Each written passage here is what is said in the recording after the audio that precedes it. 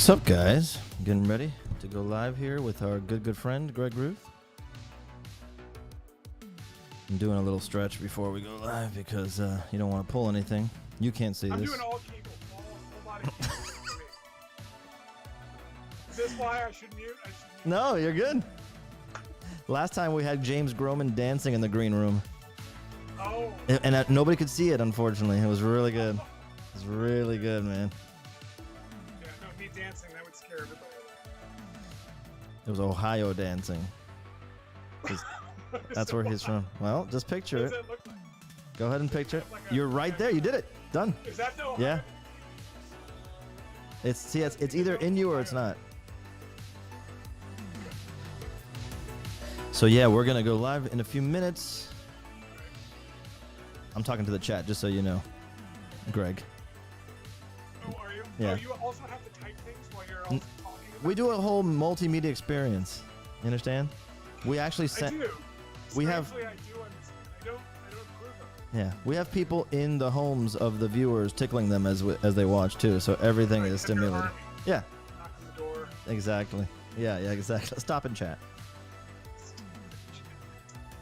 Let everybody. So if you're in the chat, ready to go, make sure you hit that like button. Let everybody know in the print crew that we're going live. It's gonna be a fun one. Greg Ruth is not here for his health, contrary to what you No. think. Okay, he's got That's better killing things me to do. Okay, he's slowly evaporating. He's mixing in. He's blending into his background. Maybe that's the answer. All right, bring him in now. I just gotta smoke. All right, let's go.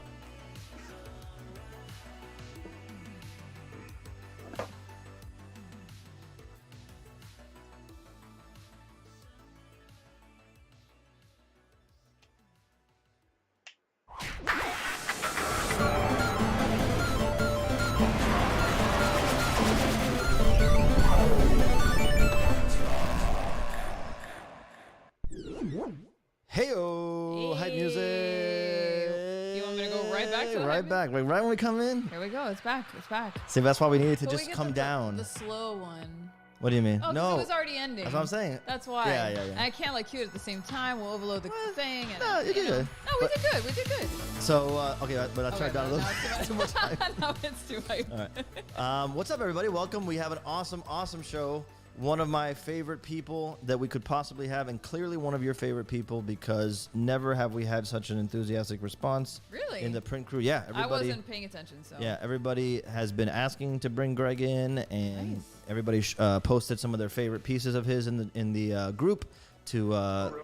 yeah, so we could mention it to you and talk to you about it. So I'm excited to have him on. And like I said on Instagram, this is a guy whose technical ability and craftsmanship is only matched by his kindness. And those are the kind of people you love and you want to have in your circle. So I'm honored that he responded to my request to join tonight. So great time we're going to have. And then tomorrow, and this is big. The big Tomorrow, one. this is big. Tomorrow I'm going live on Comics Vault Live. That's on the Skybound YouTube channel. I believe that's 7:30 Eastern. I could be wrong, but I will verify before we head out tonight. Yeah, we'll get to the specifics. yeah, Maybe we and, can put them in the chat. Yeah, we'll find that out. Okay. If there's a Skybound person in Yeah. here, they'll send it to us. But yeah, and I have some show notes to mention. Crap.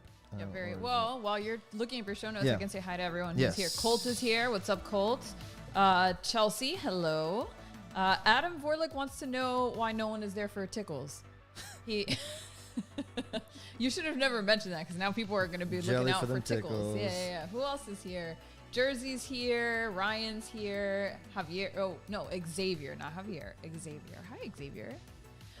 Christopher Alarcone, what's up, man? Guys, make sure you click like on that like button. Show us some love while you're hanging out here with us tonight. Let me see if I have this. You know, we were looking forward to this all week. Yeah, you guys, this is gonna be fun. Let me see. I'm trying to bring up my stupid show notes. I keep Pocket forgetting. Peter! Oh, here we go. Here we go. Okay, Okay, go. Okay, enough of that. Go, All go show notes. So yeah, tomorrow is. Oh, this is big. Tomorrow, okay, there's an episode, three episodes of a huge superhero show dropping, and I'm not talking about Falcon and Winter Soldier. Bigger than that, Invincible. Invincible, the animated series on Amazon Prime. You know, Invincible was a comic created by Robert Kirkman for Skybound Image Comics. I say, and I stand by this, and I've yet to have anybody prove to me otherwise, the single best superhero story I've ever read, and that's it. Full stop. You don't know what you don't know what you're gonna get into when you watch this. Trust me, even if you think you know, if you've never read it, it's gonna be awesome. Okay. Peter's a huge fan. He's been talking about this comic since, gosh, forever. Yeah. Well, I own some original pieces of art that I only could have afforded if I bought it when I bought it, which was before everybody knew how great it was. Let's see here. So first 3 episodes dropping tomorrow, and then a new episode every Friday on Amazon Prime. And Skybound's going to be dropping weekly merch tied to each episode. No shit, I didn't know that. I'm going to get some of that. That's awesome. Yeah, I'm going to get some of that. I like to work for the company of the stuff I want to buy. It helps a lot. All right, so, okay, here we go. Tomorrow, CVL, Comics Vault Live. That's where, you guys, check this out. We are going to be dropping the variant cover for Ultra Mega #1. So if you don't, I've talked about this like only 4,000 times. James Herron, creator, artist, writer of Ultra Mega. Oh, yeah. There you go. Look, the crowd is going wild. Ultra Mega #1. It's my first comic cover, you guys, and it's crazy because when you open the cover, it has like real awesome professional people named James Herron, Dave Stewart. If you don't know Dave Stewart, he's literally the colorist of every issue of Hellboy, and that should be his whole resume. You don't need to say anything else. It's like the greatest coloring job I've ever seen. Russ Wooten, Trad Moore, dude. And then Attack Peter is on that. What the fuck? I snuck in, you guys. I'm never leaving now. Hey. All right. That's it. You're official. They can't get rid of you now. I'm a comic guy. I'm so fucking excited about this. So, yeah, only a handful of these issues are going to be available. And if I know Sean, there might be some CGC versions of it. If you're into that, he's going to have some good stuff. And for those of you who want to collect the prints, this is the whole deal, okay?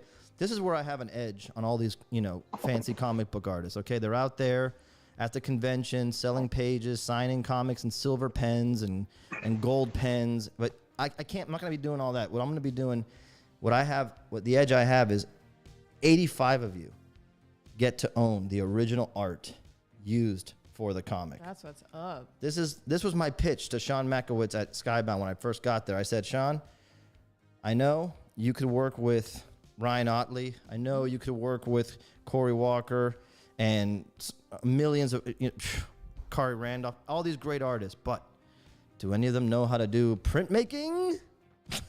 That was my now pitch. They're going He's to. like, what? First he was like, what? He's like, how did you get in here? Yeah. But yeah, so the point is, this was my idea. My idea is that if we do a comic book artwork, especially a cover in linoleum block printmaking style, there's a real cool chance to get an original piece of art used on a cover in your hands as a collector. And as a collector myself, those are the most expensive pieces. Those are hundreds and hundreds, if not thousands of dollars, depending on the book. So you know that this is going to be something special. And I think we're at the ground floor. I'm telling you that I'm going to keep working. Is it ground floor or basement? Yeah, probably subterranean. All right, so let's not Anything else that we need to talk about? Let me check real quick before I get fired. Let me see. Make sure. Before we move on. Just make sure. All right. Well, while you're making sure, I think hi Zelatkosis. I'm saying hi to the chat. Calm down. Let's see who else is here. John R. Price. Hello. Howdy. Norman Legendary says he finally figured out how to chat. That's right. So hi. Talk to us in the chat. We love talking back to you guys. Nathan McCarter's here giving us a big round of applause. So just before we get into it, the Daruma pre-orders are still going, and I don't want to say too much, but we're looking into a special treat for all of you guys who have already pre-ordered one. I'm not going to say anything else. And for anybody who pre-orders one before we announce what we're going to announce, just saying, if you pre-ordered one, we're gonna reward you. That's it. And of course, to tickle you. and of course, our stores are open right now. You can get the Warhog T-shirt, the Daruma shirt. Ooh. Excuse me, Mug Club. Mug Club is in full effect. Get your mug. So we'll talk about that a little bit more later on. But for now, let us bring in our esteemed guest, Mr. Let's do it. Gregory right. Nicodemus. Here Ruth. we go. There. Hi, can you hear me? Did you just say Nicodemus? Isn't that your middle name? You weren't supposed to tell me. Last week, I said Jamothy Groman. Was short. Jamothy? James is short for Jamothy. Wait, round of applause for Greg Ruth, everybody. Wow. You hear them, Greg? Look, you have an audience? We're really it's a live gonna pump audience. up the. Yeah, no. It's really, I now feel validated. There you go. They'll laugh at your jokes too, no matter what. Oh, they will. Yeah. Good. Somebody has to. They're all gonna laugh at you. All right. So, Greg, thank you so much, dude, for being here. I really appreciate it. You know, Great to see you. I'd like to give a little background. We kind of, you reached out, I think, early last year after I did that first Godzilla drop, and I was so floored by the fact that you reached out because, you know, I was in awe of your work, and the fact that you were interested in owning a piece of my work blew my mind, and you've mentioned that a few times. So I just want to thank you because when somebody who is, you know, as accomplished as you are and as technical as you are, skilled and beloved as you are, says that, it really means a lot. And it's kind of like the first thing I wanted to mention. I feel like we have in common is that we both wear our love for the medium, for other creators, for other artists on our sleeves. And I don't think that's super, super common with other artists and creators, although I've been pleasantly surprised by a few. So why are we so broken, Greg? That's the first question. I don't know. I keep trying to fix it. It's I'm spooning in a giant hole, and it just keeps getting deeper. Who knows? I love it. But yeah, thank you, dude. I appreciate that. And no, it means a lot. I love that. That print is so terrific. We have it up in the house, and I just every time I walk by it, I love it. It's the Mothra one. Yeah. For those who don't know, but oh my God. Thanks, dude. No, that's it. But do you think that's a thing? Like I always have my radar on for stuff like that. Like I want to love an artist and then I want to meet the artist. To me, I grew up where, like I told this before, but like when I was in like third, I guess maybe second, first grade, the Image Comics migration, so McFarlane and Jim Lee and all those guys, like those were rock stars to me on the level of everybody else I loved as a kid. And so when I would meet the artists in person and they were cool people, it was just like such a great feeling, and it made me want to make more artwork. And I don't know if do you relate to that, or are you just a cool person, or what is it? Totally. No, I'm not a cool person at all, but yeah, I have met a few of them, and they're awesome. It makes them smaller and better somehow. Like you get them off a pedestal, and they become people, and then there's so much more there.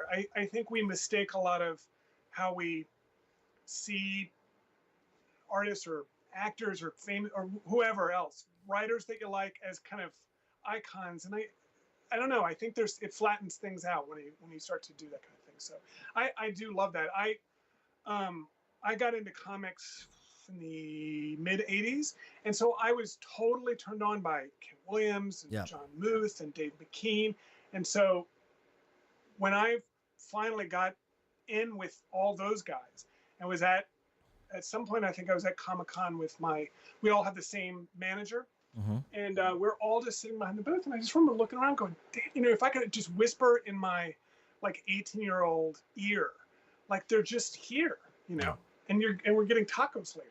It was just so fun, and it was just great to shoot the shit and talk about just work and your life and kids and to be able to sit down and talk about why you like this book and why you don't. I don't know. It's my favorite part. For sure. Dude, you literally have taken the words out of my mouth. It's the one thing that I look forward to more than anything about going back into conventions is being able to meet more creators, and that same thing you just described. Like I used to tell people that one of my motivators, continuing and working at art and not knowing where it was going to lead me is, number one, I had this dream that, like you said, like I would be able to hang with Mike Mignola, who I think is a little bit out of my age bracket that he wants to hang with me. But the idea is that he'll hang with you. Yeah, I don't know. With anybody. I've tried to talk to him before. He doesn't look like he wants to talk to me very much. I'm probably too much. It's me. But the idea is that no. Okay. No. Okay. Well, I'm working on it. I see him and I go, I think I understand him because I watch a lot of Curb Your Enthusiasm. And I feel like there's some tangents there, and I no, am I right? Am I wrong? Sure. Okay. No, I'm gonna say yes to that. Okay. I'm good. gonna go with it. Yeah, I love it. I hear the soundtrack. Yeah, right. But I love that. I love the idea of being able to, commiserate and share war stories and just to listen really, because what do I have to contribute? I just want to hear what they have to say. One of my favorite books is Miller Eisner. Did you ever read that book? It was Frank Miller and Will Eisner. Just one long conversation, just recorded in a book. And, oh no, I didn't know that. That's terrific. I loved Will. He was great. I got to hang out with him a few times. Yeah. Long time ago. Yeah. And, and that guy was. I mean, when I saw him, he was already older than the mountains, and he was as fun to hang out with as any fellow, 20-year-old or whatever back in the time. It's terrific. I love that stuff. I sometimes in the past have taught or kind of guest taught at Illustration Masterclass.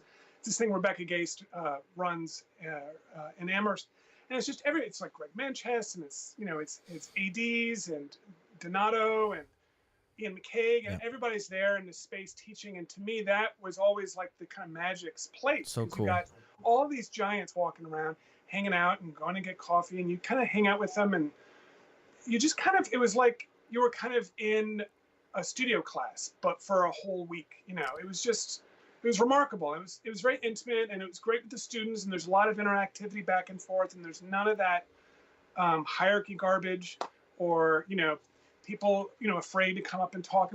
They talk, they look, you do sketches together. I just, that kind of art immersion stuff, I adore it. And you went to art school. I was watching the Criterion interview on you. Is that for high school only, or did you study at university level? I went to Pratt in Brooklyn. I went to a performing and visual arts high school in Houston. So. Okay. So yeah, I only got a taste of it in college. I went to a conceptual art school, so it was really tough.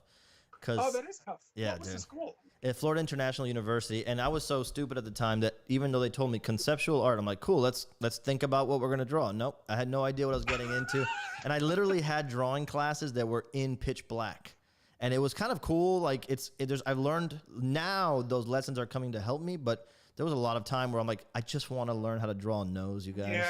Yeah. And so it was really tough until I got, a more atelier style education. My master's degree was in art education. And I studied portraiture and landscaping for hours and hours and hours. And so I developed those skills. But the point what I was making is I loved being in the room with everybody and working and bouncing and going class to class and seeing what the sculpture teacher has to say, what the printmaking teacher. And that's the one thing that, like, as a professional now, you kind of miss, that we don't get that from the conventions that maybe we would have gotten it there, but you miss it now, right? Yeah, very much. And the smell. I'll be honest with you. The smell of those studios, the linseed oil. Oh, linseed oil. I love it. It's the most. Pratt, the painting studios were in this. It was an old shoe factory, in Brooklyn, and so the top floor was the senior painting studios. Yeah. And I just remember, you get in this old scary elevator that is going to crash and kill someone someday soon every time you get in it. And, you get in, you're going up, people getting off the illustration floor or whatever, and the door would open to the studios, and you just get punched in the face with that smell. And it is one of my favorite smells in the world. I love it, dude. That's the one thing I miss the most about oil painting is all the preservative oils that you would put on your palette, too. Oh, I know. So good. You kind of want to go get stuff and just smear it around. This is like incense in the room, right? Yes, it's so good, so good. And all my clothes and the inside of my car smelled like it for years. It was the best. But dude, so when I was collecting work to put together to talk about, and we have what I would say is a high quality PowerPoint presentation of your work. Okay, so Gabby's gonna be manning it, but when I was collecting and going through it, one of the things that that caught my attention, and I mentioned this to you before we went online, is, dude, you're a very I'm telling you like you didn't know. You're a prolific writer. So wait, this first picture, by the way, is your studio. I included a picture of your studio that's on the Criterion video, because it is like, did you ever see that book that came out that was the artists in their studio, and it was all the comic book artists in their studios? And, no, I never saw that. I've heard about it, but I love the idea. Dude, it's so good. It's all black and white. You see what everybody collects, how everybody organizes themselves, who lives like in a really like a tomb. Some of these people live in a tomb. Yeah, it's fantastic. It's great. Yours is right up in that level. So fantastic. Well, I cleaned it. I mean, I'm looking at that thing. The floor does not look that good. Okay. And well, let us dream. But there was an old comic museum in Northampton near where I'm living now, years ago, and they had reproduced, I think, Jack Kirby's studio, but on a wall. It was weird. So it was like you kind of walked into it and you approached it in a weird way, like you were over it. But it was everything. It was the rags and the dirty water glass next to the coffee mug, dangerously next to the ink bottle. Yeah. It was all the stuff there, and it was. I love to see and go into. I think you can go to the is it the Brandywine Museum where you can go into Wyatt's studio, I think, as part of the tour? I don't know. I've never done it. It's one of those things I've always wanted to do. I love those spaces. Dude, so I see the chat blowing up. They have a bunch of questions, and you guys keep putting the questions. I'm gonna go back into them, but I want to just kind of get to a few things first, establish, because I might answer some of your questions before we even get to them. Look, I've been a teacher for 13 years. Okay, I know that some of the questions you're asking we're gonna answer right now, but even still, I'll go back and check them out. Let's see. So yeah. So okay. Now this is the first thing I wanted to bring up because you mentioned this. And I saw it, the article that you wrote on Muddy Colors about this. By the way, that website's fantastic. And it's great. Dude, oh my God. Wow. When you told me you wrote an article, I'm like, what are you talking about? So when I looked at it, I'm like, oh my God. I started taking a shit, dude, because I'm like, all these artists who like probably like frequent this site and all the stuff they look at, they're like, what is this maniac collection of artwork that they put in there? Like, so, but thank you, dude. I mean, I'll take it. I really appreciate it. And again, so kind. So, generous with your compliments. I'm going to ride those for a while. And I'm going to quote those when I talk to people from, and like Greg Ruth says. So no, you can use it. I think you can actually use it to get out of misdemeanor laws in 17 states. I already tattooed the quote on my arm. I don't know if you can see it. It's did you? Exactly what I said. Exactly. So, okay. So this story was so cool, dude. And this is something I wanted to really make sure that everybody listening and who's watching really understands this. And I want you to talk about it a little bit, but I'm going to interject with the shit that I would have taken if this happened to me. So I'm going to let you explain it a little bit. So the Memories of a Murder. So I had done for Neon, who distributed Parasite here so that we all got to see it. I had done some poster work that was used. I think I've got a DVD around here.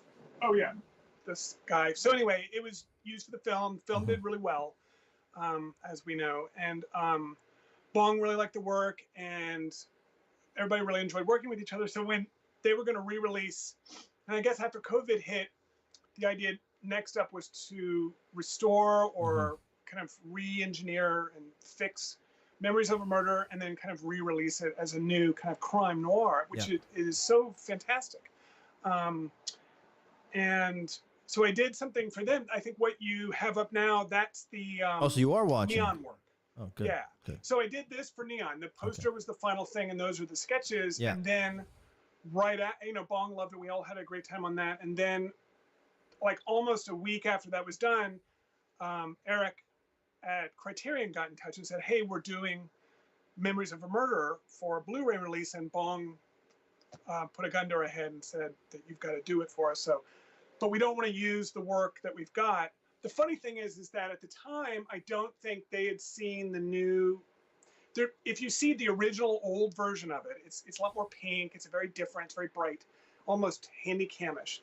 And then this new one, it's much more cinematic. It's got this kind of yellow, kind of 70s kind of tonalities to it.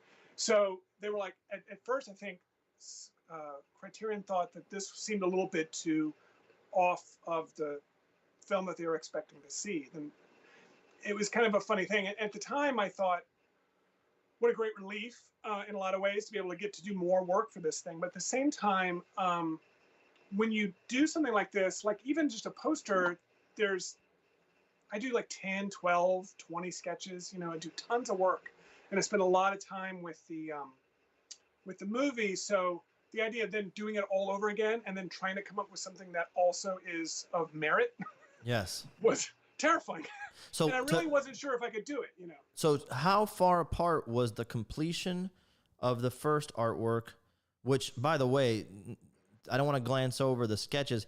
I can't believe that you had the balls to pass on the vertical one, and then you did make something that I thought is even more phenomenal with the final product. But I would have said, that's great. It's kind of like almost feels like the character's in bondage, and it's like this interesting thing there. But it's even better. The final result's even better. But how do you, man? To tell to anybody listening, like and you've seen my sketches, it's literally like a stroke patient is submitting artwork to these companies when I do a sketch. But when you do the work on a sketch and you get a composition that you feel strong, and when you have what I imagine are the number of deadlines and projects lined up for you to work on, it's in your best interest to kind of be efficient and move and move. Yeah. So when you see something that strong and then you pass and you go to the next one, man, just balls, dude, and congrats, because that was the right move. And so, my question is, so how far apart was the completion of this to the request for the next one? 2 weeks? Yeah, it was like no time at all. It was literally the next project. Like I had made the journey across the Atlantic Ocean. I had to get back on the boat. Yes. And then do it again. Exactly. And I think that the thing that was so spooky was, and not have it look like leftovers. I know, dude. There wasn't, and that meant like all new concepts. You have to come up with something completely new. I had a crazy idea. I think they had actually had a brief that they really liked. There's this great little scene where the killer's kind of up in the trees in the rain, and the cops have created another fellow cop to act as bait for him. So she's kind of dressed up in a red skirt. So there's like Red Riding Hood thing of being seen from the trees. And I think that's originally how they thought to go. They're so great because they're always happy to see what you think in mind. Sometimes they have we have a very specific thing to do. I done a cover for Breaking Point, this noir, and it was a very, very specific brief. We need exactly this to be done in this exact way. But most of the time, especially when it's this kind of newer, unestablished kind of thing that people haven't seen so much, you can kind of find it, so they let me run. So I was like, all right, I read the brief, and I went and made about 6 or 8 or 12 different sketches, and then kind of just threw those out there of various things I thought would work. And with Criterion, I learned this from the first thing I ever did with them, the samurai film called Three Outlaw Samurai, is that overworking for them, like, Skillman will find a place to put it. It'll end up on the menus, or they'll use it as art on the actual disc, or it'll be behind the case, or it'll be for an extra fee, I'm assuming.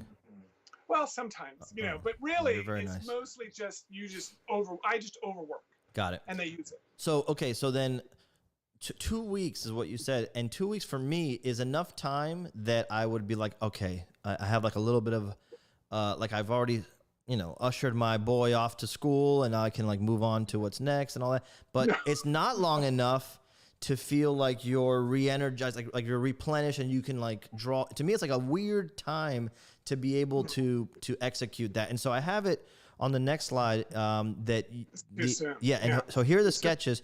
Now again, so I include the sketches again because each one of those, and there were more sketches, by the way, but those two specifically that I put on there are strong enough to be like the best movie poster in the theater that week. I'm saying, like, it's like that's Criterion level for any other film as well. So narrowing it down, man, I wonder what it's like to see your work through your eyes, because I would feel like compositionally they're so strong, they're so stark and iconic. And then again, the balls to go with, I'm going to say something here, the balls to go with the one that you went with, because I look at that one and I feel like if you're a consumer, if you're a collector and you get that cover, it's so technical. No, it's so technically like on another level that I wonder if people even realize at first that they're looking at a hand-drawn image. I don't. It's funny. A lot of people don't. People that don't know think it's photographed. People that are artists think it's a photograph, because what kind of crazy maniac would draw that? And let me tell you, after drawing that, it was rough to do. And that was out of one of the sketches that I'm looking at. You see, that's what I would show to. Those are like the thumbnails I would send into Criterion, and I do work them a little bit more than just my usual chicken scratch. There's times when we're all running, where it'll be stick figures for sure. So, but when it comes to stuff like this, I've found that if you can get clear and solid and developed as much as possible, you can deliver what your intent is a lot more clearly, and you can get right to it. You can really start making decisions. It also helps when you're dealing with committees as well. It just, whenever there's places for people to put in their concerns or worries, they'll do it. Right. Okay, so that makes sense. I do tend to kind of leap and take chances on going to final very quickly, because I think the final convinces you. Yes. Generally what it is. And then it's about, how do we make this work, as opposed to let's not do this. Let's throw it over and start again. So, and that's a risk that you take on because sometimes you have to throw it away. I've done a couple of, maybe a dozen book covers for Nettie Okorafor, and every once in a while I'll do maybe 3 or 4 finished cover drawings before we'll finally find the one that works. And sometimes you just have to work through the work to find the right piece, because at the end of the day, you're not a taxi cab, it's not about how much time you spend on something. I know. None of that will matter at all once it's out there. And if it's not your absolute best effort at the job, it's like a thorn that you'll see everywhere. It's terrible. So I do try to go, really deep and really hard and fast. The thing about this Criterion cover that was so scary for me was that I had sent the sketch in, and I was surprised that they loved it. They were like, no, all this other stuff, this is our cover. And I was surprised. It was literally the last one I had done. And I remember when I was sketching, I thought, oh dear God, I hope they don't pick this, because I don't want to have to keep drawing. And of course they picked it, which they seem to do every time I do that. And the nice thing about all of that is that then they'll pick 4 or 5 other pieces that go inside the thing, and so you still get to have your cake and you get to eat it, because your babies that didn't make it find their way through. Well, I just love that idea that the Criterion release becomes kind of like a mini exhibition for all of your exploration on the imagery of the film as well, and that's kind of cool because otherwise some of these will get lost in the ether. They won't ever make, and the stuff that you might be the proudest of might not be the one that they picked for the cover and all that. Right. So I like that a lot. When you're talking about sketching, I get so nervous about taking too long with sketching. And I think I've gotten to like a manic point where I send a really chicken scratch gestural drawing to just, explain composition. And then I'll send that with a finished piece of previous art and say, okay, it's going to look at this level. But on one hand, it's as an apology. You're like saying, exactly. I'm so sorry for what I just showed you. It really is. I can do this. Yes, it really is. But I don't, you know what I'm saying? Like the thing is that it doesn't translate well. I don't think I can carve like I draw and vice versa. It's like a different thing happens. And so I would hate to promise something that's really rendered subtly, and then anyway, and then on top of that, I'm always trying to preserve some kind of stylistic approach into the design of everything from the characters to the atmosphere. Because again, I just grew up loving these guys like Mignola, like Frank Miller, where anything you saw of theirs, you knew it was theirs. And so, oh my God, yeah. Right. And so I don't know why that's what attracts me, but it is what attracts me. And so now it's kind of like this thing that sometimes I'll sit and I'll ask myself, did I draw like me enough? Or did I design it like me?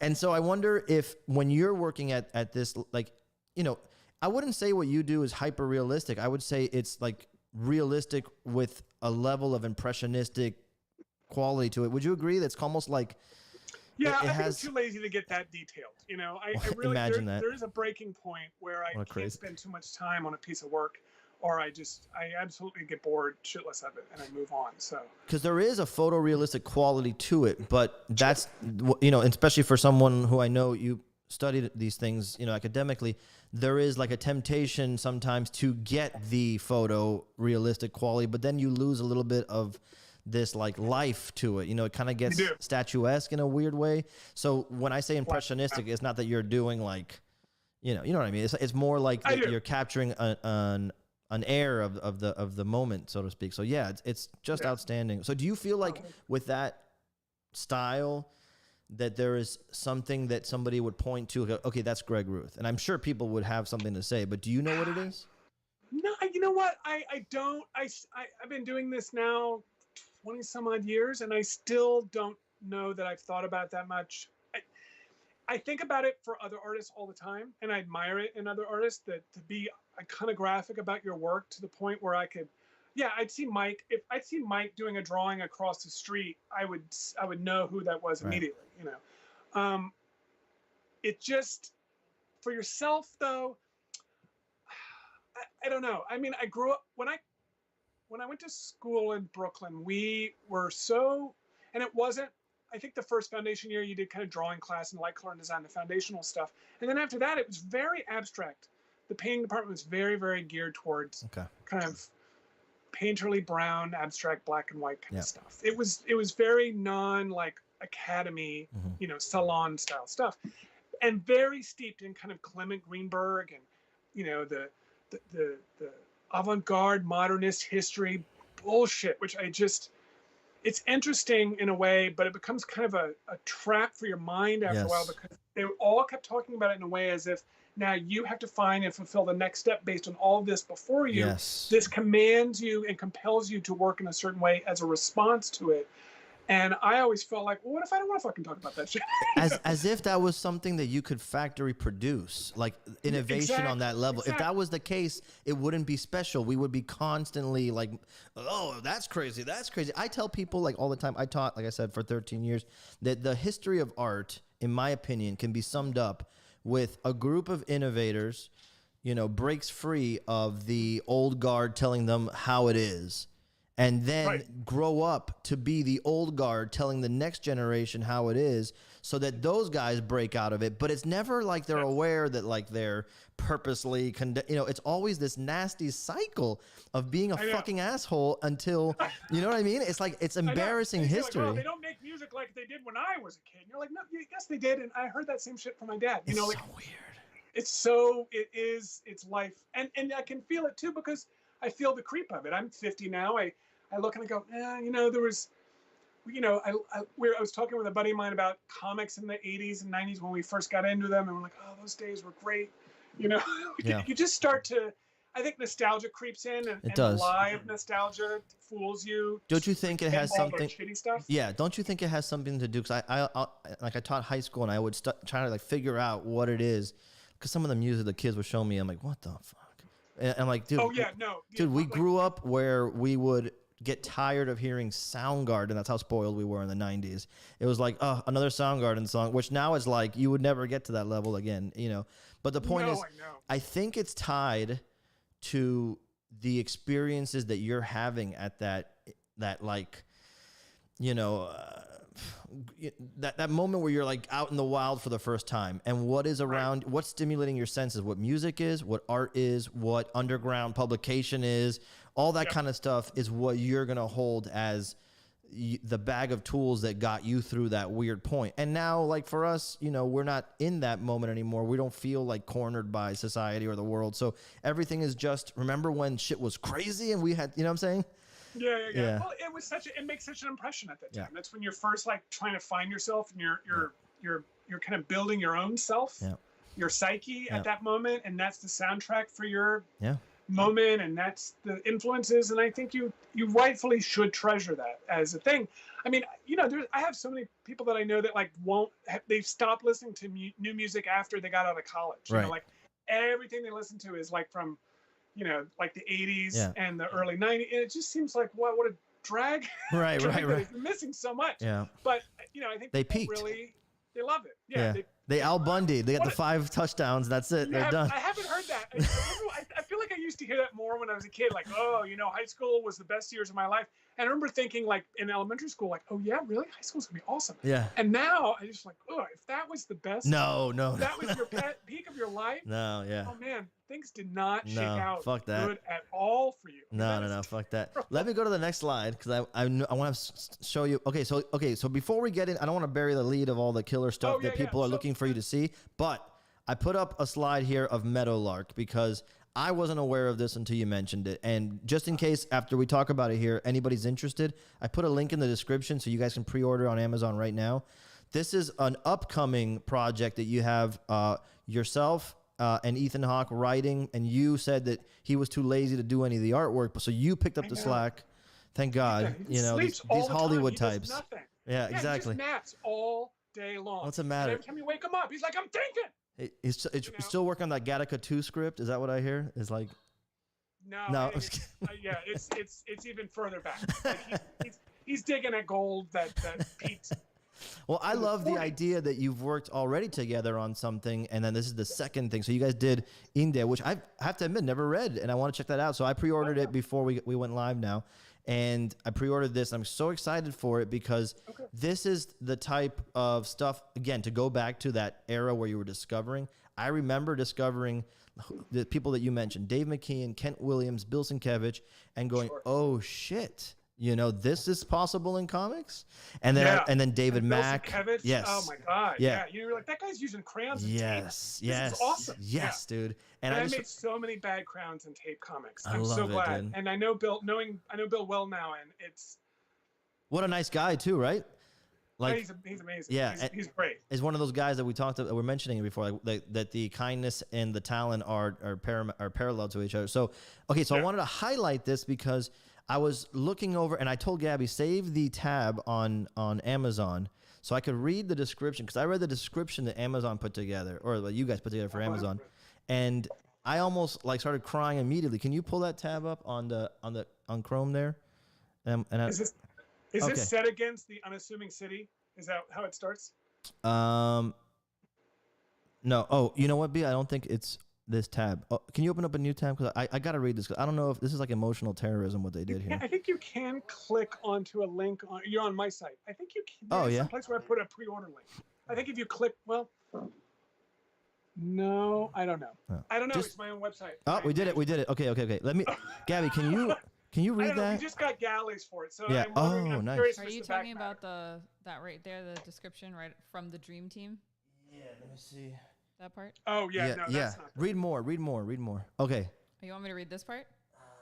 Yes. Set against? Yes, that first little paragraph. Set against the quiet and unassuming city of Huntsville, Texas. Listen to this shit. Jack Meadowlark Johnson and his teenage son Cooper embark on a journey of epic proportions.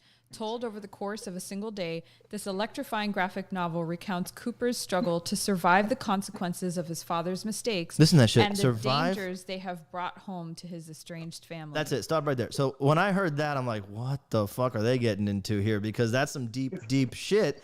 That I'm like, bad. I don't know if I can handle it. I'm right. That's a fucking mouthful, man. That sentence, and it really resonated. I'm like, man, this is some reflective stuff that I want to get into. Okay, so go back to the artwork so we can enjoy it. Okay, so Greg, what can you say about this that they already didn't say in the Amazon teaser there, and why should we be pre-ordering it? Well, we actually started breaking this book down while we were on book tour for Indie, and we started out talking about Indie and making Indie 2. There was a lot we didn't tell in the first book that we really were wanting to tell in the second. And as we were doing it, at some point, I had this nugget of a story of there's a father and there's a son and a teenage boy, and he just got kind of kicked out of school for selling drugs or something, and he has to go with his dad to work on the same day that a huge prison break happens. And as this thing unfolds, and as the day unfolds and his dad is desperately trying to get in touch with these guys, he starts to realize that his father's involved in the prison break and that it was all towards some terrible kind of crime event that they're swept up in.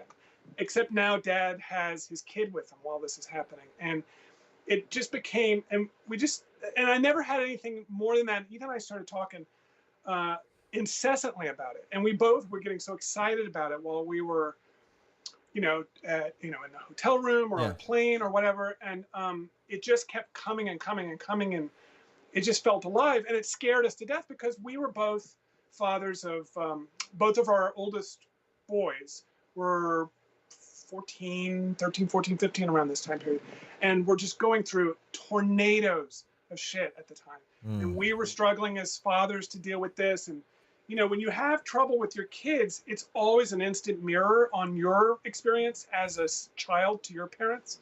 You constantly are, am I doing what my dad did? Am I not doing what my dad, it can be a real royal for a parent, and it's a royal for the kid too, because they're teenagers and they're trying to be something. And it was a very momentary time and a very hard time for both of us. And we kind of just lit up with this idea of the story, and it kind of became a vehicle to process in a lot of ways, and for us to listen to them more and to hear what they were saying. There was we had a lot of conversations about, like, this is what, my son Emmett told me the other day after I told him I was proud of him, this is the shit that Levon, his son threw in his face at this moment. And when you were having a fight, and these moments that were so true, and they were showing, expressing of great pain or importance, it just suddenly, we were able to kind of get above it a little bit and start, because you have to do that when you're writing a book. You can't you can't make art. Art can be therapeutic, but you should never make it into your therapy. Right. So I think anytime we felt like we were trying to solve something for ourselves, you just stop and you work on something else. But we were able, I think the therapeutic aspect was we were able to get above it and start to, because we're writing for both sides. Right. You know, we're writing Cooper's angst and his frustration and his dad, and then his growing disappointment and horror to realize that his hero dad is really a piece of shit criminal who's, you know, in trouble, and he's kind of a numbnuts, and he's put my mom in jeopardy, and I'm in danger now from him, and I kind of hate him. And you kind of get that micro moment of processing all the teenage years into a single day where you kind of come out the other end where they're together and they love each other and they kind of reconcile with each other. There's some sense of understanding, at least the beginning of one. And I think with fathers and sons, especially with fathers, you never quite get fully reconciled. Yeah. You can begin the process, but I don't know if it's ever possible to get, you know, fully buttoned up. Yeah. Like you're on an episode of the Waltons or some shit. Well, yeah, because it's almost like even if you patch things up, there's a lot of stuff that was missed out on. And then that's kind of like, you know what I'm saying? Like you can't get that back almost. Yeah, there's scar tissue there, or there's moments of regret, or you feel, you know, you said something mean to your dad when you were yelling at him when you were 12, and, you know, you still remember it. It still hurts when you remember it. You know, like, so it's a tough thing to, parenting is just rough. And so it became a great forum for us to really write this thing. And I love it. It's the first thing, and Ethan talks about this a lot when we talk about the book. It's the first book that we ever really started out with the plot, because it kind of began with this plot idea. And he and I both really don't. I mean, if you read my books, you'll see a plot is who cares about plot? I like to see characters talk, and I like to see things kind of happen. Yeah. They're not abstract. I'm very traditional as a storyteller, but this was the first time we actually started with the kind of clockwork mechanics of it. It's a crime story. There has to be these moments where this ticks into that gear and that fits into that, and then we can resolve with that. And then once you kind of get that map down, then we just kind of would ignore it and then start writing from our hearts. And so it's an extremely personal book for us.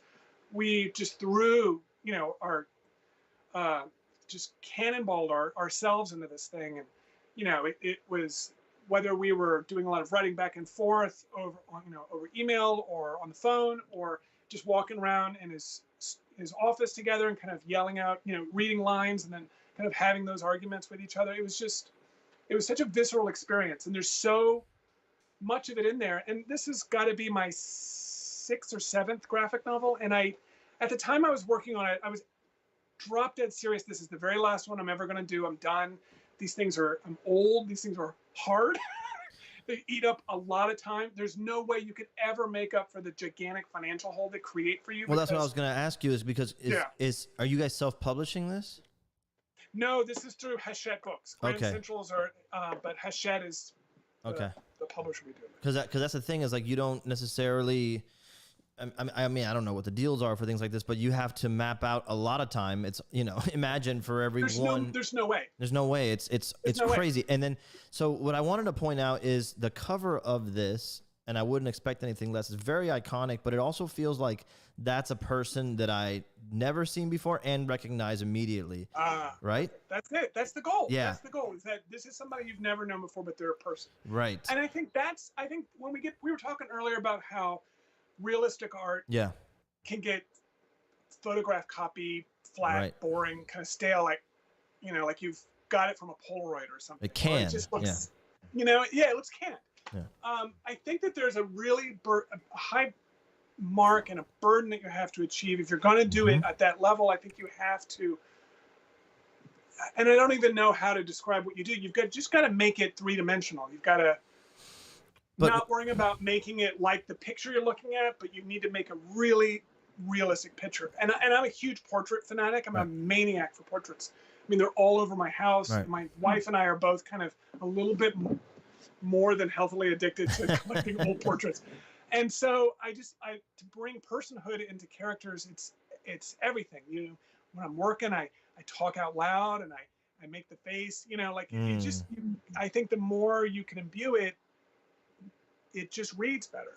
Because I think there's a interesting argument with comics back and forth that there is this Mignola approach or the Chris Ware approach, where it's much more simplified, much more iconic, very stylized. Right? I was going to mention this article that you wrote, because from, I think, 2014, you wrote this article about the stylized. Go ahead. Yeah, so it's very you read it very rapidly. You know, comics, a lot of people think you got to go through comics, you got to keep that going, you got to go. And it's true, you've got to keep moving. If you stop while you're reading a comic, it dies. You know, it is a thing. It's like a shark that needs to keep swimming. You know? And Will Eisner, and I overly misquote him all the time for this. He said something that just has always stuck with me, which was, he says, comics isn't what you're drawing, it's what happens in between the drawings. You're making a bunch of drawings, that's art. But he goes, when you're making comics, you have to put them together, and then it's the leap between them. That's where comics happens or dies. And if you miss that leap, if you're making a lot of beautiful paintings that are all lined up like a portfolio, that's not necessarily good comics, you know. But and so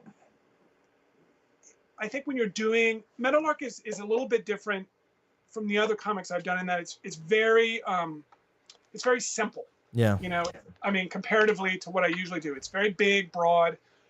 It's all pencil graphite, just, you know, a lot of line work. I tried to avoid any of my usual kind of, you know, grayscale values and painted depths and all that stuff, so that you can just kind of, because this is a really breathless, you know, this book starts at 7 a.m. in the morning and it ends at 7 p.m. at night, you know, and it is a year of life, you know, in between those two poles. And so you really want to just keep going with this thing. Yeah. Well, real quick, I'll say that, let me see. Someone says, this sounds like a modern, Thunderhouse Design says, this sounds like a modern Jim Thompson book, pre-ordered. He just got it right now. And Evan Morrison, this sounds awesome. Absolutely, man. I think we should all pick it up. So it looks like a great, and I can't wait to just dissect the panels and check that out. So, okay, let's move on, because I know that a lot of people here want to. Slowing us down. They want, huh? I'm slowing us down. No, listen, Greg, I'll sit here for 3 hours with you. I'm the one who wants to hang all the time. Everybody else has got things to do. I carve and I stamp forever. I'm done. That's it. Yeah, they have real jobs. Let's go. So recently you posted this. This is so amazing to me for a few reasons, specifically a variety cover of David Fincher, right? For, and Gary Oldman. Gary Oldman, guys, I almost called him Gary Coleman. Like, what the Gary Oldman. And so it's so iconic already, but then, because you have that noir vibe with the blinds, you know, and again, it's almost like sometimes I look at this stuff and I get upset for you that someone might not recognize that this is a drawing. And it's so good. It's so, I mean, they would go, oh, well, they photoshopped the two faces. And so I'm so glad that you posted the picture of the drawing, and I included it here side by side just to emphasize that. Not that any of our viewers probably would already know, but just in case somebody stumbles across this. And, this is outstanding, dude. Can you tell me a little bit about what the process is like working with a publication like Variety versus, a lot of the other, companies you might work for? They don't strike me immediately as an art forward company when it comes to like illustrated covers and stuff like that. I was surprised. I didn't think so too. I just done something for Empire as well that surprised me as well, because I always think of Empire magazine as having kind of photograph collage covers. So why are you so popular all of a sudden? Yeah, what's that? I said, why are you so popular all of a sudden? Go on. It's all going to end. It means it's almost over, and there's going to be some crash that's going to happen, and it's all going to be doomed. That's how I go to bed every night. That's honestly what I go to bed thinking. Oh, me too. Every night. I'm like, well, enjoy it. Tomorrow is the reckoning. This is the last thing. This is it.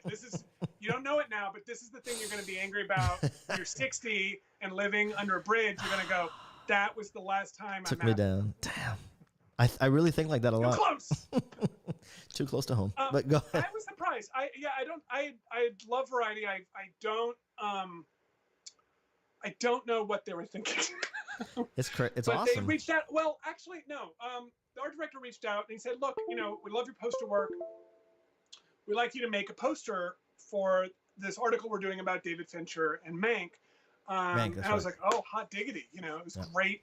And one of the great treasures that the fringe benefits I will never tire of is that when you get to do work for films, for studios, you get to see these things months away. Just gonna ask you that.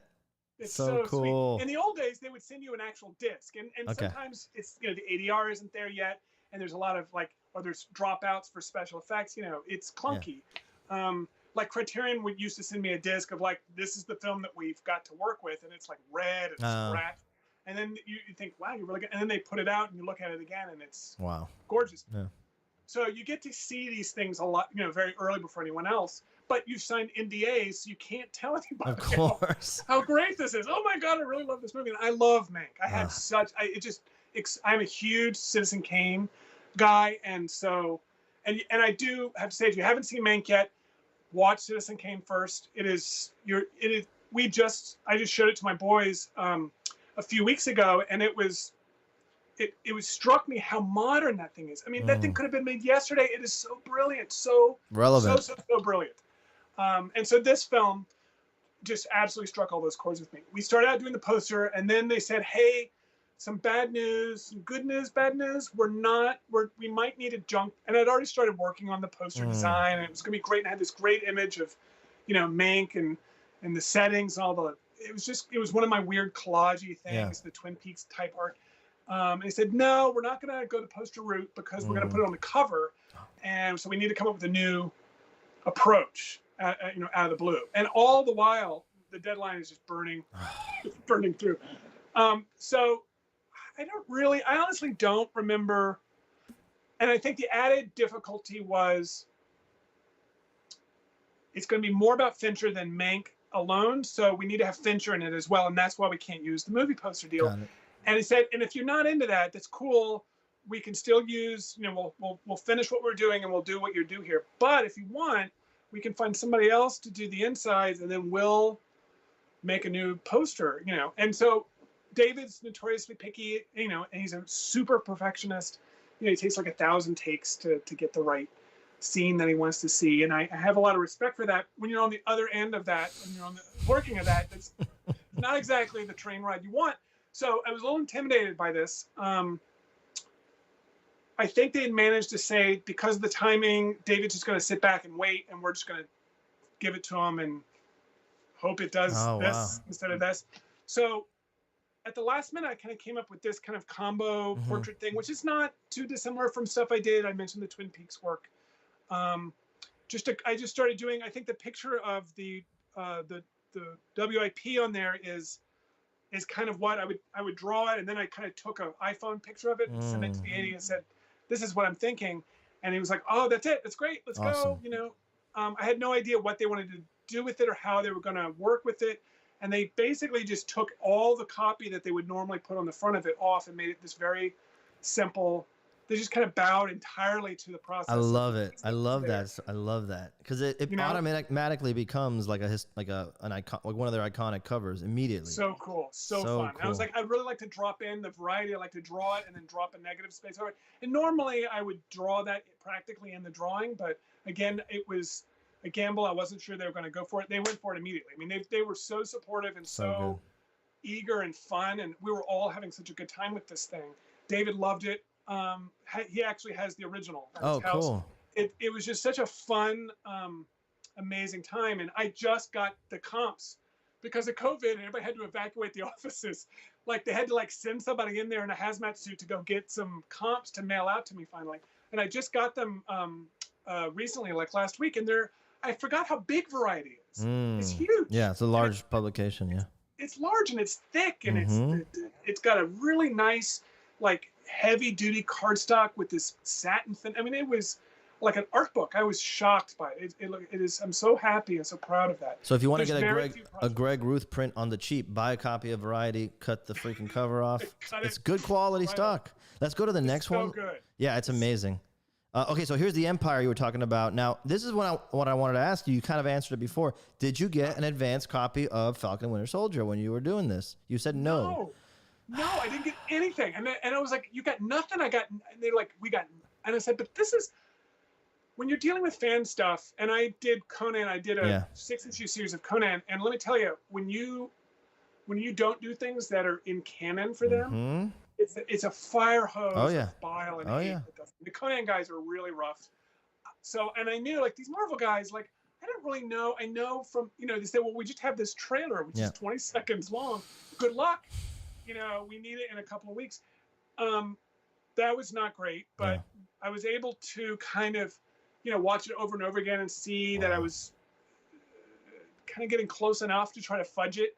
You'll notice that Falcon is a little bit hidden. There's a practical reason for that because I think his suit is much different in the show than it was. Yeah. And it's different every time. Every time, dude. Yeah. It sucks. And dude, well, that's what I was gonna say. Like, did you get a Kevin Feige sit down after this one where he owns the original now hanging? Because then I would have said, Feige, what are you doing to me? Just put Greg Ruth across. It was so crazy. It was a lot of fun and really nuts. And That's this is beautiful. one where I did practically erase out. Like there was no there's no Photoshop. I should have sent you a copy of the practical drawing, but it looks just like that except for the red and the blue. I love that. I love that you're practically doing that. My God, that's why I tell people it's like not everybody's gonna pull that off. I would have a meltdown trying to get those edges just right. That's not me. My star would be an asterisk. It'd be all over the place. I love this, dude. It's really great, man. It's not the funnest bit, but it's rewarding when you get in there and you get in close and you realize like, oh shit, that's been drawn. It's like a little surprise is waiting for you under the covers. So I kind of love to. So I don't mind the fooling or people being confused by it. Yeah, that was a lot of the common response to this was, this is great. Oh my God, I didn't realize that this was a drawing. And a lot of it wasn't until I posted the tabletop. I love that. As well. I love it. It's just fun. It's fantastic. Yeah, super exciting. I think, and the next one's coming up. We have. So this is Freaks of the Heartland. We talked about this. I don't want to go over it too much, but just to say, I bought this book off the rack when it came out. I was just telling Greg before the show, like I wasn't even aware, that he had been doing comics this long, and this is a book easily almost 20 years ago at this point. You know what I mean? And with Steve Niles, I was on a big Steve Niles kick with 30 Days a Night and all that kind of stuff. So this was like a big release when it came out. But yeah, great book by the way, and like some really creepy like illustrations in there, like some interesting body horror stuff if I remember correctly, right?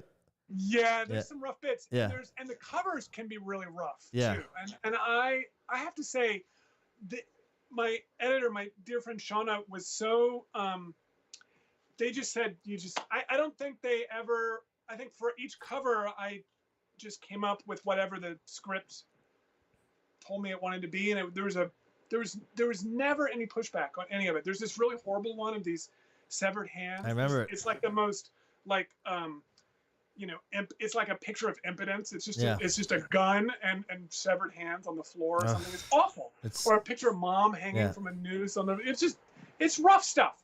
And they never blinked an eye. They were always like, great, that's crazy, let's do this. Like it was really.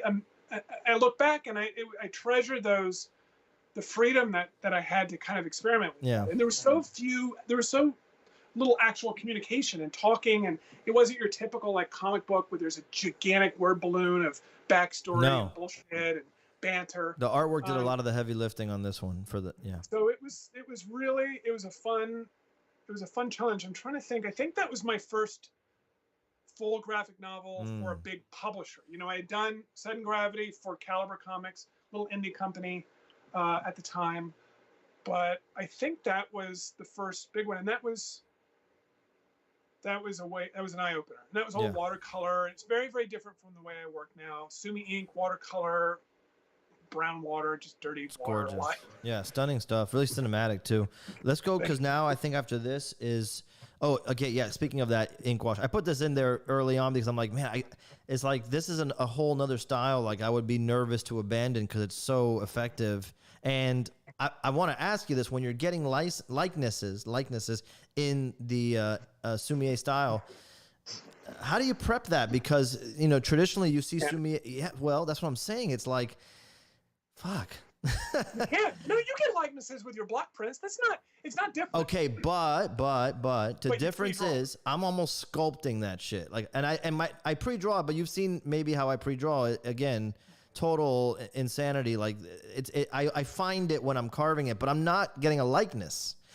You know what Toshiro Mifune looks like, and you got him right there, and it's like, to me, it's like when you're doing a style like this, it's kind of, again, impressionistic, but you also crack the likeness. Do do you do the portraits a little differently than the rest of the figure and all that, or do you?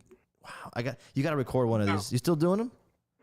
I do actually. I just did a Sumi piece for something recently. I did a thing for Tor last year of a big elk head that was all splattery, and then God, there's been so much work in the last 6 months. It's all now blending into my mushy Do me a brain. favor tonight. Get one of these done real quick, and then go ahead and throw the camera on for us. Okay, I'll post it tomorrow. There actually is. You actually can watch footage. I just okay, cool. Right? So there's an older film by a local filmmaker named Ben Tobin that did called The Dry Brush Master. It's on Vimeo. Okay. And you can actually see me drawing. Okay, I will look it up. Let's look it up, guys. I think actually I'm working on Inde. Inde was done with Sumi ink as well.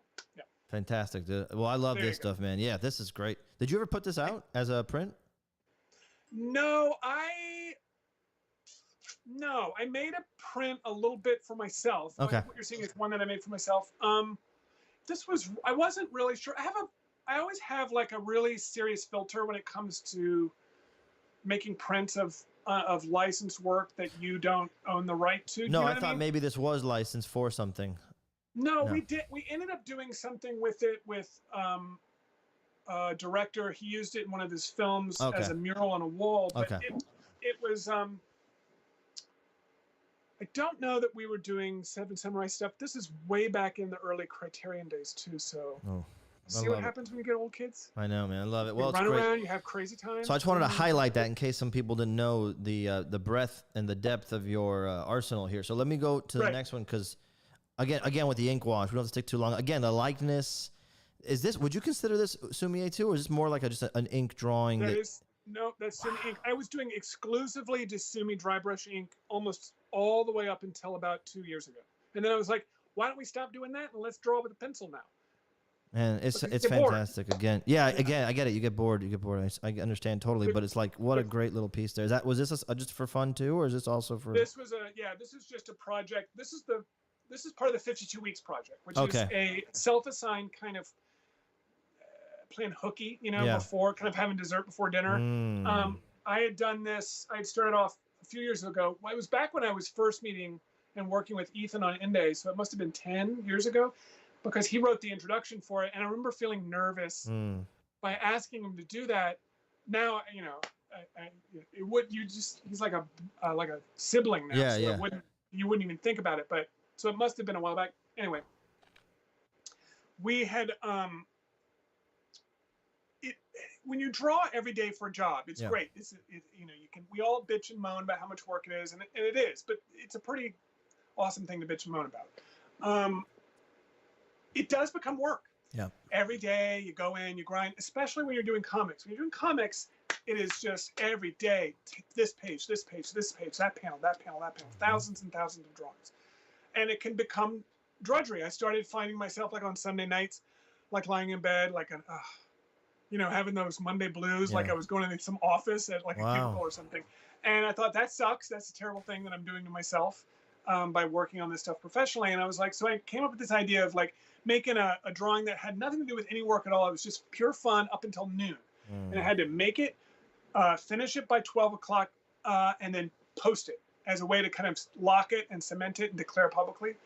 And I made a promise that I would do that every Monday for a whole year, for 52 weeks.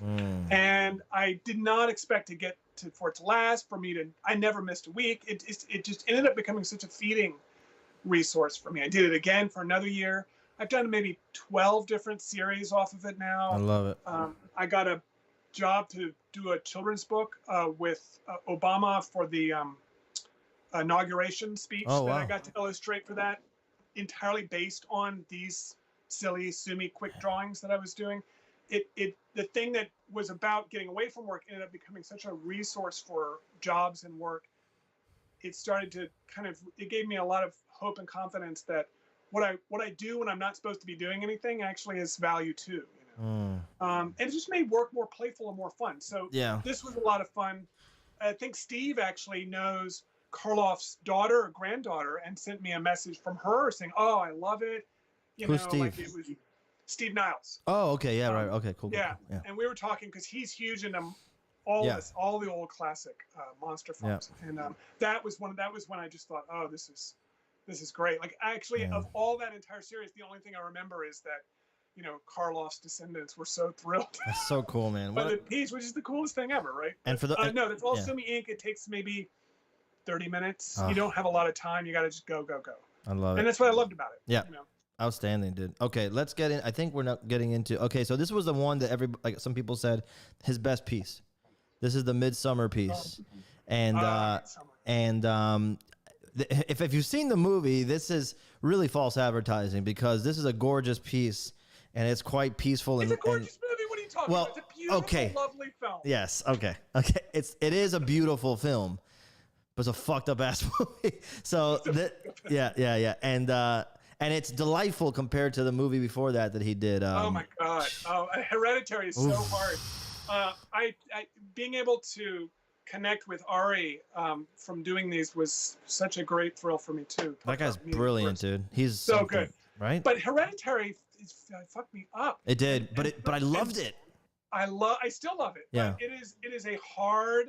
It is gorgeous, but it's a hard thing to do. And so when I was starting on Midsummer and I had gotten a screener of it, because the first part of Midsummer is very Hereditary-ish. Yes, a lot of tension there. And I just thought, oh my god, because the thing is, when you're doing these, even if it's just a poster, I have to watch it. I'll sit down and I'll just watch it all the way through once, then I'll watch it again, take notes, then again, and again and again and again, then I'll watch it in parts and I'll go back and I'll take that. Like I see a movie 6 or 7 times at a minimum. So to have to go so deep into like Hereditary or Babadook or Midsummer, I love Babadook.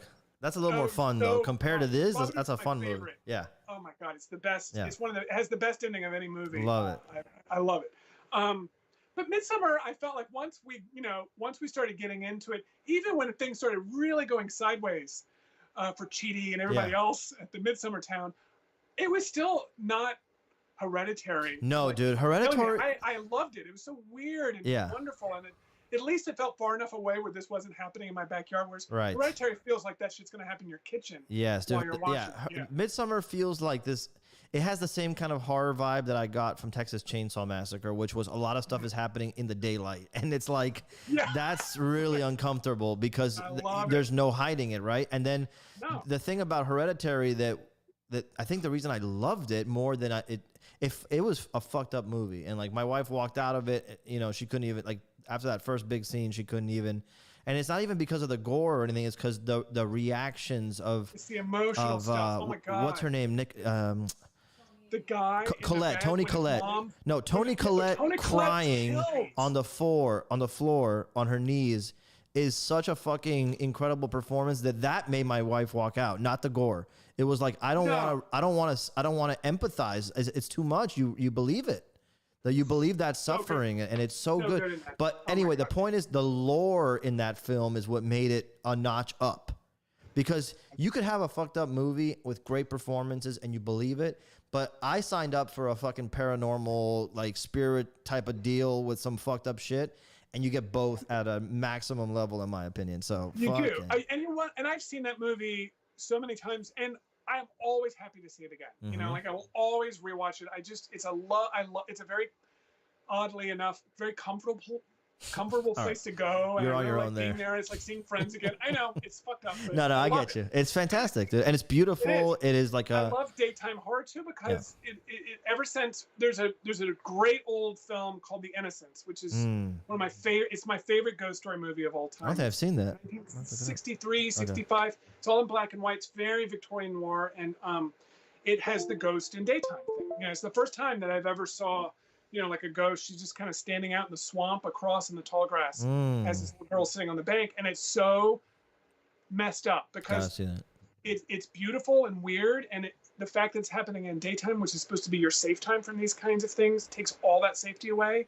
And then dark is still going to come anyway. If this is already at this level and it's bad, nighttime is not going to make it better. So it makes it so much more consequential.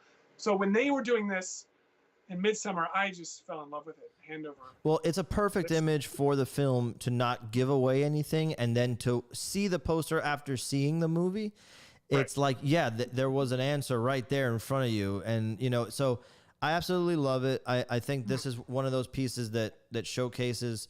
I do like to point out that the composition is so. I think people will probably focus on how well rendered everything is and how lifelike. But what I think why you stand apart, in my opinion, is the composition and that because like it's not just exciting and iconic, but it is symbolic.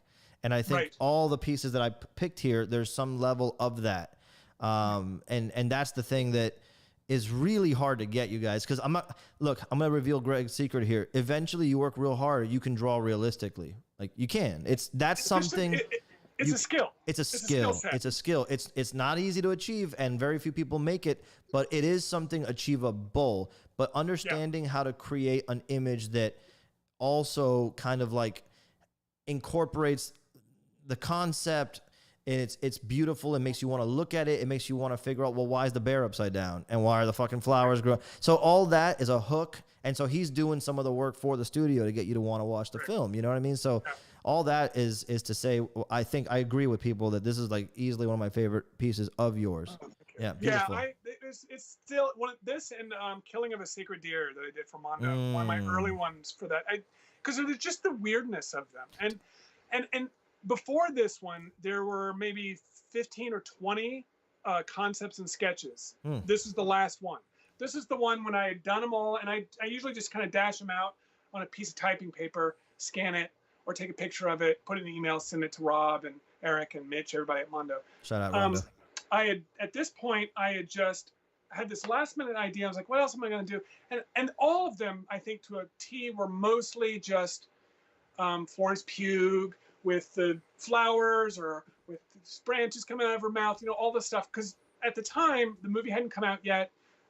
No one had done anything for it. It was totally like trampled snow to run around in. So there was no. Sometimes when you're doing a poster for an older film, or especially for one when someone has already done, there's been 1,000 alternative posters, and they're so good for like Alien or something. Oh, that's so funny that you mentioned that, dude. I can't talk about that, but I'll tell you. Let me tell you, Alien is the one that is very difficult because it's been done so well and extensively well. And when you think that they haven't done that one thing, they did, and it was fucking awesome. And then when nobody had an idea left, Florian Bertmer goes, put the camera underneath the fucking alien, and it's amazing. That poster is incredible. Yeah. Great. Yeah. And that's where I did a private commission for Alien, and now that I think we're doing a poster for that. I think the studio just approved it. Oh, nice.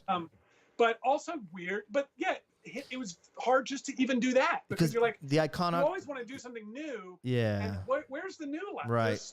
There's been a light in every dark corner of this thing at this point. Not only that, do you ever wonder, like, okay, so because I think what you're saying is the iconography is established if the movies come out and people are fans, and you kind of know where you want to be if you're creating a poster to be a collectible. But when the film hasn't come out yet, you're almost in charge of figuring out, well, where's the iconography here that's going to be, right? That's what you're trying to do?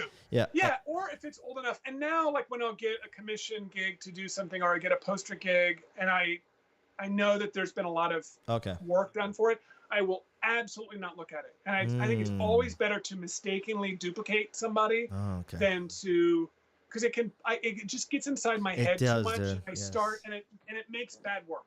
So I'd rather make a good piece that's derivative than a bad one that is just filled with all of the crazy spiders and the kind of neuropathy that happens. Man, I really needed to hear that. Yeah.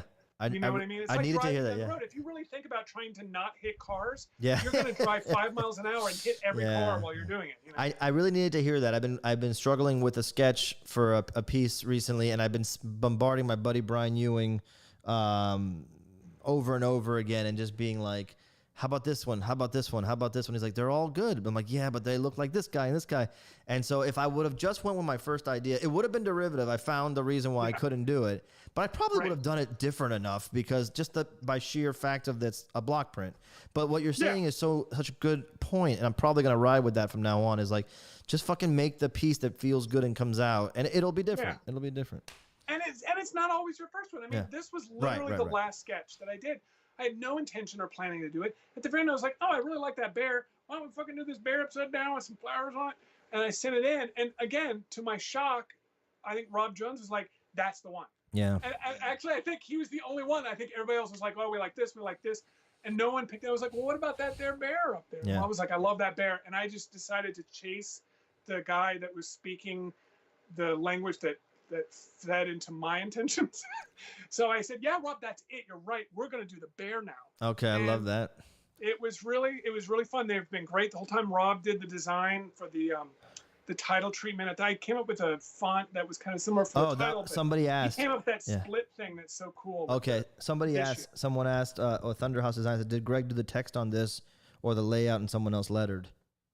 Yeah, no, we always were going to do it as you see it. Okay.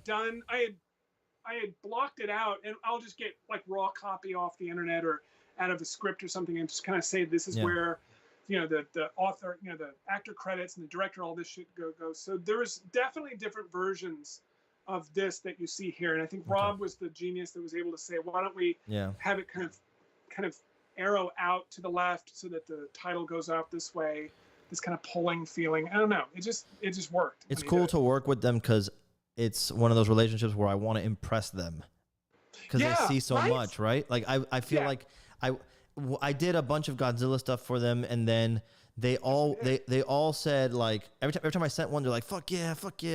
And I really only do one sketch just because I'm a hack, you guys, and I just kind of go with one, and I'm like, I know I can't do better than that. And so, but I sent the sketch for Son of Godzilla, they dug it, and then I sent the finished piece, and it was the first time where nobody responded for a day. Oh. And I was like, dude, isn't that the worst? Okay, thank you, man. I just want to know because you've been doing this longer than me, and it's so much. And yeah, sometimes those dudes, they're just busy. That means they're fucking busy running a massive company, doing a lot of shit, and maybe it's like But yeah, even though I was a teacher for all these years and I handled a bunch of kids, and I know that one kid, silence is the worst, dude, and it's like I walked around the whole day. I tell you, in my head I was like, oh, I fucked up. I should have stopped at 5. Yeah.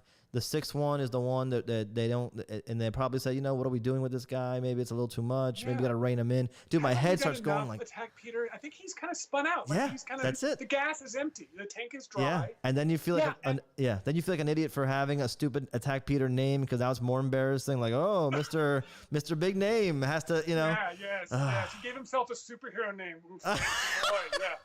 So. Here's the thing, but here's a brand of crazy that you don't want to catch from me is that what I do in that period is I go, well, obviously I did a shitty job. I just got to do a better one. I already do it. I'll redo the entire piece from scratch, and I'll do something else. And the longer the silence goes on, the more. Don't say this out loud. Now they're gonna know how to get the extra one. No, I have don't answer. She's a great friend of mine. I love her to death. I've known her for, God, it could be 20 years now, but. When I send her the piece, it's either you hear about it in 5 minutes, in an hour because she was in a meeting, or in a week because there's something that she can't quite figure out what isn't working. Right, like great. She needs to think about it a little bit, and so I sit there in that week's time, and then I'll start sending her like. Yeah, you're right. Look at that. That's so terrible. Stupid, Greg. Stupid. Do a better one. And I'll do another one. I'll send it in. And she goes, oh, that's it. That works. Boom. 5 minutes later, you get approval on that one. It's gone. The question I have then for you is because this is not good. Because that's what I think about. I go, okay, if you do enough work, you're gonna get some momentum going, and you're gonna realize, like we said before, at some point. You have to say that you're a professional and you do this for a living and you execute regularly. So therefore, it's logic and the trend would say, dictate that you're going to succeed. There might be some hiccups along the way, but dude, I always feel like I'm waiting for the day where even though there might be stress, I'm going to feel more secure about it. It doesn't really happen. You're running in the woods from a tiger, and you're just waiting for the branch or the root that trips you. That you you get chewed up by it. It's always a threat. It is a living terror. I don't. No one should get it. So sad, dude. So fucked up. And that's. Let's go to the next one. The chicken and the egg is: are you neurotic and attracted to this crazy way of living, or is it crazy and makes you neurotic? And I can't tell anymore. I gotta tell you, I feel like I'm pretty healthy compared to a lot of the people I meet out there. You know, like I can give a firm handshake. I look people in the eyes. You know, and there's a lot of people out there, not even that. You know, the artwork's really good. You know, really creative stuff. Social skills. Yeah, and I'm like, okay, so I guess comparatively, but still in my head, it's this. Like I tell you, like I met Mignola a couple times, and every time he's even complimented the work, some of the work one time, and even then he'll make like one facial tick, and I'm like, ooh, what was that? What was that? That was okay, kid. Get the fuck out of here. You bother me. You know what I mean? And it was like, he cares a lot. No. Very serious, and it comes off as hard, but it's not. But yeah, it gets inside your brain, and it's it's because you care. It's because I care too. And like I said, like I have a respect for this. Like I look at the guys who came before and who are still, you know, dominating, and I just respect and love it so much that it's like for me somehow I need, you know, some kind of like weird. It's not even the responsibility. It's my own psychosis and neurosis. I need to like, you know, get the affirmation or something. It's bizarre. But here's that alien piece you're talking about. It's childish. It's like we had hard childhoods in some ways. We weren't being emotionally fed, and we're looking for gratification wherever we can get it. Please like me.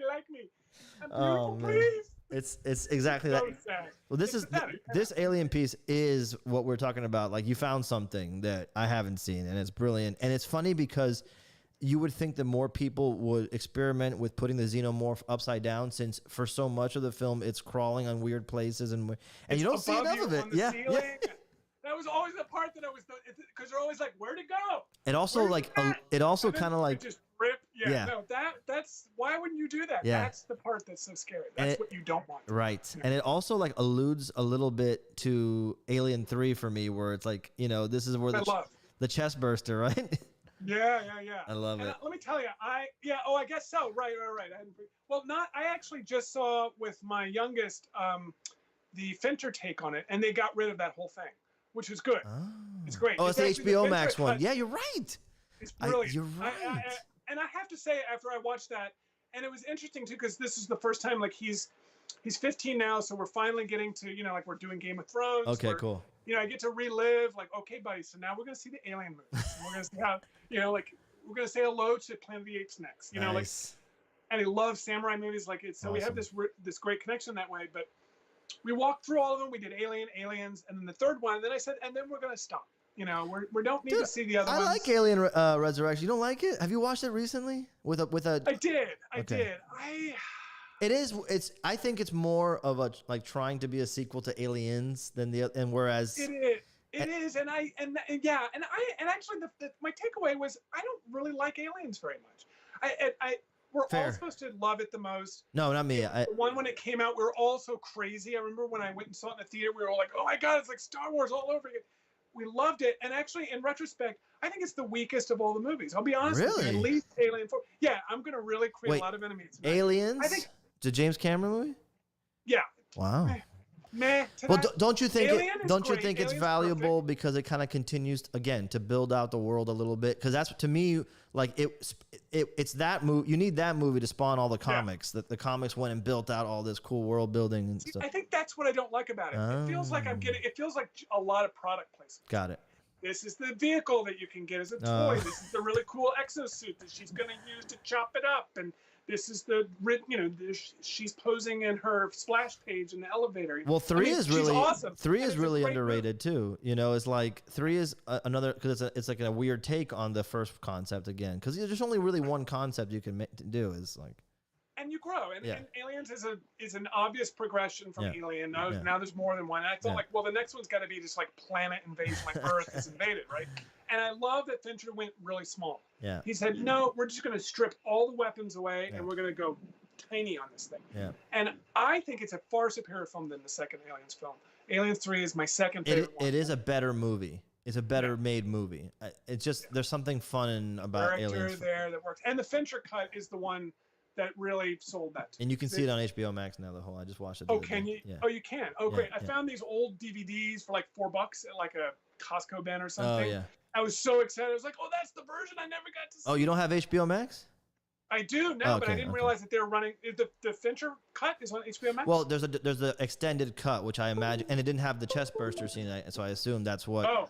That and was. It's got some weird kind of like not quite finished scenes. Yeah. You can tell the sound isn't right. Yeah, There's a lot of ADR problems. If they updated the effects on that one, it would hold up probably just as good as all the other ones. Oh, it's so good. It's beautiful. Anyway. Let's go. I want to go to the next one so I can. I want to make sure everybody gets another beautiful one here. In the Mood for Love. I love the. Can you talk about using color on this and the way you did, and because it's again like really plays with a brush stroke with the ink wash vibe, even though I don't think you did it that way, right? No ink in it at all, actually. Yeah, that's the crazy thing. This is a pencil drawing with a lot of oil stick and pastels. I had done this kind of style for the Obama children's book, where it was kind of like swaths of sumi ink and then splashes of colors, kind of, I don't even know what I would call it, kind of old illustration style from the 60s. Yes. I don't know, just something about it that really worked. This is a crazy story too, because we had done an entire jacket, the front, the back cover, we designed the whole thing. I did all these pieces, a big open up the gatefold, and there was a huge long piece in there, all in beautiful in graphite color, and Wong said no to all of it. And so this is an anniversary year for In the Mood for Love. We were the last group to be doing something for it, and he had been spending the last 6 months looking at maybe half a dozen alternative DVD releases and new soundtracks and stuff, celebrating with new art by all these painters, and they all did that thing, the red, the same portrait of the couple. Like, he was like, oh my God, I'm so sick of looking at it. So I think we got thrown all of that frustration.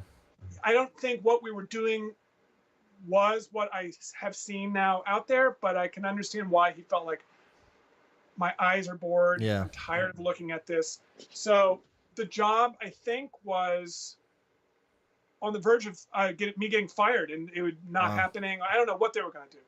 And at the last minute, I said, before we decide to quit, let me just do one. I have a crazy idea. I just want to do it. I had one of these things where it was just killing me. I was lying in bed at night, and I kind of shot up, and I was like, oh, this could work. And so next morning came running in and just quickly kind of worked something up, and then threw that out. I said, here, show him this. Let's see if we can do something that's a little bit more like an old cigarette ad from the 60s, Yes, I get that. He loved it. He went crazy for it. So we locked it up. The only thing that survived your initial draft is there. I think on the back there's that little circular graphite portrait of the two of them. Are you able everything to? Else got thrown away. Are you able to operate as a fully functional adult, thinking about the rest of your life when you have something like that, like an art hangnail?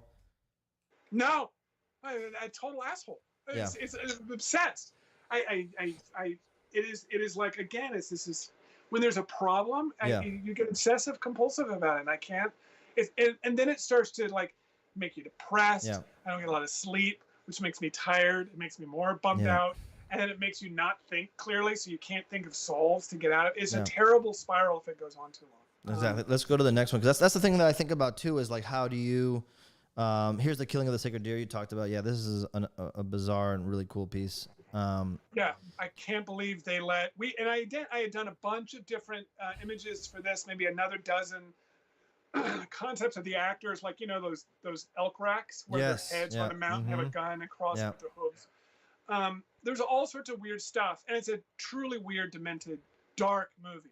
I was shocked that they. And again, this is one of the later concepts. Like, oh, what if we're at the Natural History Museum? And this was more or less, 10 years ago, you said? This was not that long ago. I think I've only been doing. I feel like I've been doing stuff for Mondo for 10 years, but it's really been like 3. Oh, okay. I'm sorry. So when you do a piece, like you mentioned that, like you think you hit on something like this one, right?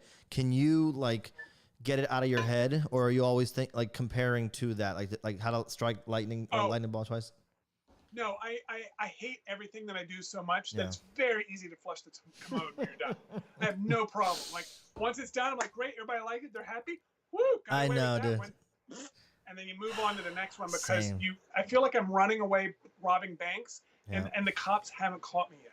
Dude, yeah, sometimes I feel like they're just being nice, but I'm like, well, they gotta make money, so they can't be nice to me forever. So as long as they, at the end of the day, if you're costing them money, nice doesn't matter. Right? Yeah. I really try to think about there's somebody out there, a collector, who can only buy one piece of artwork. I always think like that. And let's say they had a giant house too, but they can only get, maybe they're only going to get one piece of artwork for that film, let's say. Right. And I always kind of feel like it's my responsibility to figure out something iconic, something that like establishes like the thing. Like if you're only gonna get one thing, like if you're gonna get one Godzilla poster, like you're never gonna see me put the Oxygen Destroyer really big and then like Godzilla really tiny. It's and that could be a really fucking cool poster from somebody, but I feel bad doing that because I'm like, the guy wants fucking Godzilla. Right. You know what I'm saying? So right. Do you ever think like that? Because I feel like yours are very symbolic and you figure out really clever ways. Maybe I'm just not that clever. You're a moron. You're obviously terrible at your job. I don't know.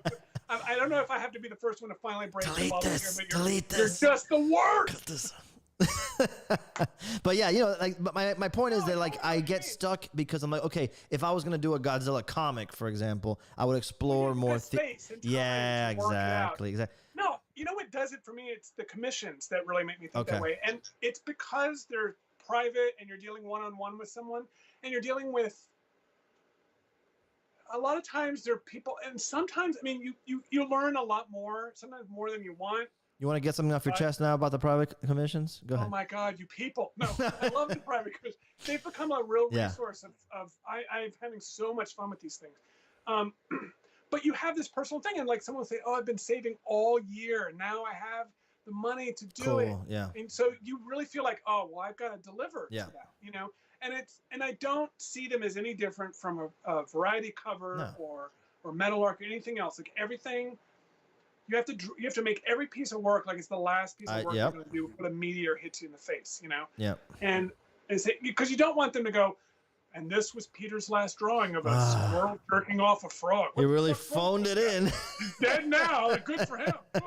Good riddance. No, I always think like, what's the one that's going to land on the desk of somebody I really want them to like my work. You know what I'm saying? Like if this kind of like, cause you know, when you're doing like for me, I mean, you've got a whole set of eyes on your stuff that's on another level. But for me, when I did the first Mondo print, I'm like, okay, this is going to get around, you know? And And so, dude, I was just taking a shit every single time. The one that you love, that Mothra one, I'm like, holy fuck, you fucked this up. You fucked this up. Are you kidding me? Yes, because in my mind, I'm like, because in my mind, this is why you're terrible. Well, this is why I want to have these episodes and conversation with other artists, because we need to like reinforce the psychosis. But the idea is that I feel like when I'm doing something in my head, and I just heard, again, not to drone on about Mignola, but I just saw an interview with Sci-Fi Wire did with him for a few years back, and they were asking him about his gallery. I'm like, how does it feel to be surrounded in a gallery by all of your work? And he goes, well, generally I hate everything I do, ... And then whatever else he said. And I'm like, can you fucking imagine? That's just proof that we're all mentally ill, and we need your love. So please keep supporting. You have to. Let's go to the next. Look, Ethan feels like this every time he takes on a thing. There's all this nervousness. Oh my God. I get all these little videos of him working on a character from like the bathroom or something, you know, like how's this going? I love that. I love the rehearsal part. I love watching the nervousness. It's so comforting. It's a misery loves company thing. Maybe. Yeah. But it's nice to know that you're crazy, but you're not crazy by yourself. And we're all kind of going through this, and we're all suffering this to a certain degree. And the ones that don't are assholes. Do you ever wish? Because sometimes I wish that we were like working in. I hate those people. They're together and they're okay with themselves. Yeah, watch out for those. Do you ever think about like? Sometimes I look back at those old documentaries of the Marvel Comics days, and all the artists were in the room together. Oh, the bullpen. Yes, getting paid nothing and having no rights to anything they created. But I feel like that might have been cool, you know? Dude, you did. Everybody that was in those bullpens has fond memories of it. It's funny. Awesome. It looks like a hell box to me, but you wouldn't want that. I don't like drawing in front of other people. So you get a cubicle. It's you get like a wall. The worst. It's like my nightmare. It's like it's like the going to school naked nightmare for me. It's like having to draw in front of people with cameras. This is why there's not a lot of videos of me working, because I don't. Oh, interesting. Do you know who Scott Morse is? Do you know Scott Morse? I know Scott well. I've known him for years. We had the same manager with Dave and John. Yes. Okay. Yeah. Dude, I'm in love with that guy's work. and he's so good. No, he's so good, and he's so good immediately. So this is what I'm going to tell you. Like, I discovered his. I hate saying I discovered. I found out about his work in like 2001, 2002, and he was doing this comic book called Magic Pickle, which I still have here, like a sacred tomb. It's so great. Those brush strokes are so ballsy. I don't think people get it because we're talking about Sumier, right? And so I feel like there's a level of that to his work. Anyway, so I saw him at Comic-Con one year, and he does these commissions on the spot. On the spot, dude, in front of them. I have one here, like, bloop, bloop, dude. Bloop, bloop, bloop, and it's great. And not only that, and he does it in every medium. So he'll do it. He used to do it in the cell vinyl paint. He does it in like ballpoint pens. Again, here's a guy who's like hyper stylistic when it comes to his figure and character design. You know, he's the worst, dude. But my point is, right? When don't you hate him for it? Don't you just a little bit want to stab him in the face? No, because he's so nice. But so the thing is, I wish he wasn't, but he's really nice. And so the thing is that he's so nice. He's like the nicest other human being I've ever. Not that I'm nice, but that he is like one of those Mayberry, truly sweet American nice. God, he's so good. But he's so smart too. I said that you could eventually get as good as you want to be, or you could possibly get in any medium. But if you can't sit at a table in front of hundreds of thousands of people at Comic-Con walking by and execute a piece of fucking badass, like, no, dude, that's a level. Again, I think that there's these certain platforms. I always try to tell people, dude, Scott Morris, dude, because I learned from that guy. I wanted to be him stylistically for a while. I was doing all these gouache paintings and all that. Sure. But the point is, what I really love about him is, put on the camera, stand in front of people, let's fucking go. And that, dude, ego. It's an ego thing. You've got too big an ego, and so do I. That's the problem. Is like you put yourself in front of yourself so much that you start going crazy, and you don't pay attention to the work. They work.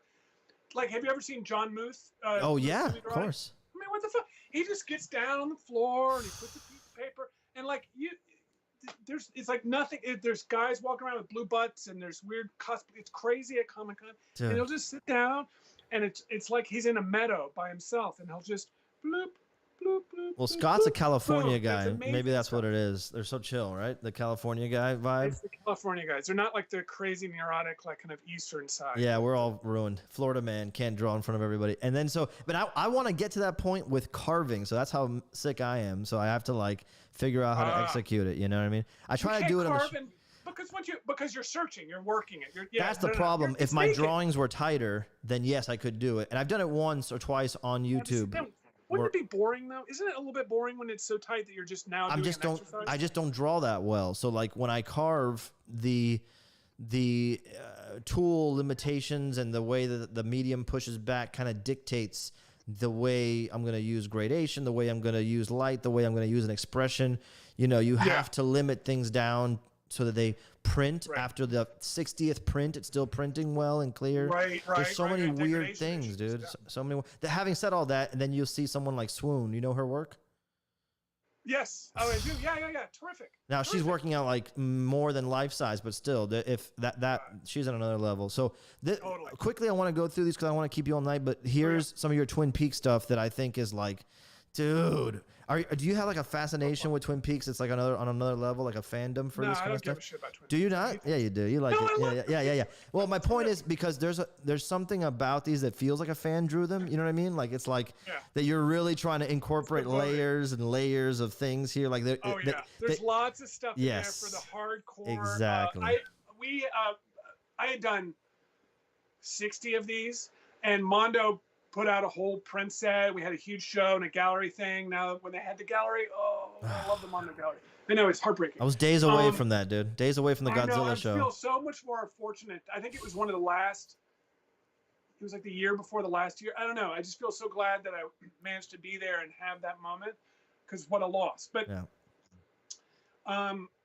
it's okay. Joe Rogan's going to save Austin. We'll be there. Like hardcore Twin Peaks guys came up, and they would like come up at the opening, and they're like, you've got that number 27 in just the right spot. You know, like the really serious, and Twin Peaks people are the smartest fans you'll ever meet. They're almost too hawking, brilliant, crazy, because their theories are quantum level intertwining, all this kind of duality. It's great. And I I love to hear that, and to have someone come up and say like, I see that the shadow makes the Judy symbol. Yes. And it just makes me, I feel like, yeah. And they love being secretly spoken to. Yeah. You know, it's not just handsome Dale Cooper. There's a lot of like, it shows that you're paying attention, that you kind of love the owl cave symbols here and all the other weird things. It's a really elaborate way to show that you're one of the fans too. You know what I'm saying? It's like, and I feel like this is, people had a taste of it with WandaVision recently. They're like, oh, the Mephisto. The toxicity of it can be really rough. That's tough too. Yeah. But I don't see that the Twin Peaks guys have never been anything but great. And being able to have David Lynch approve it, he'd never liked other people drawing his work. That was, again, I've always been such a big fan of working with him. And it just was, I don't know. The WandaVision thing was, I remember when that was first starting to unravel. When it was first coming out, the first couple episodes, I was like, "Ooh, everybody's way too excited about the show. This is gonna turn real quick. I'm sure, because there's no way they're gonna stick a landing. If they give you the answer that you want, you'll hate them for it. If they give you an ending that isn't what you wanted, you'll hate them. Like, there's no winning when there's that much hype and interest and passion.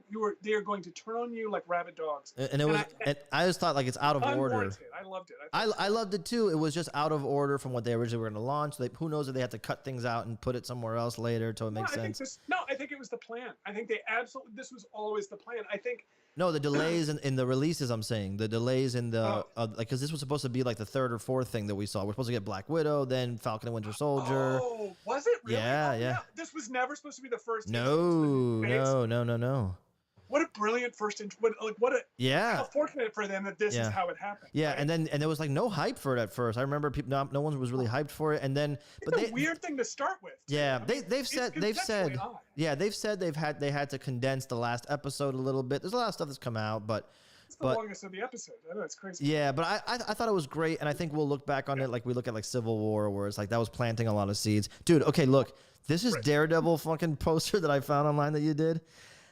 And I'm like, God damn, I fucking missed this shit, dude. I was late to the party. I absolutely fucking love this, dude. Oh my God, thank you. Yeah, no, and this was my first. Come on, this dude. was the first thing I did with Mondo. This was how I started the terrible dance of terribleness. It almost feels like understated for you. You know what I'm saying? It's like in the sense that, but it's perfect. Drawing off. Yeah, it was a drawing I had done. I posted it on Facebook and Twitter, and I think Mitch reached out and said, "Hey, do you want to make a print of this?" And then we did, and it kind of set the tone for kind of stuff that followed as well. But it was so fun. I had never thought about I had done a couple of little commission group posters, but I hadn't really spent any time with it. And Mondo's the top of the mountain, so to be able to do it, they're like, "Hey, we'll just put it on red paper. What do you think?" Like the way that they're willing to think. You know, like, and crazy ass Rob Jones who did that Frank Zappa. Oh, that's so good, dude. And then if you turn it around, it's Frank Zappa's back on the other side. I did not know that. How cool is that? I love that guy. It's ridiculous. It's insane that they would do it. That he would think it was a good idea. That they I love that they would do that. That's like one of those things that we're talking about. Like one of those. If like when I talk to them, I feel like I'm in the 90s again. Like that. There's like, you know what I'm saying? There's a little bit of subversive, a little bit of sneakiness, a little bit of like. Right. Layer. I don't know. It's an odd company. Yes. You know, you're willing to do things like if I cut this into pieces and we sell the bag full of torn. Exactly.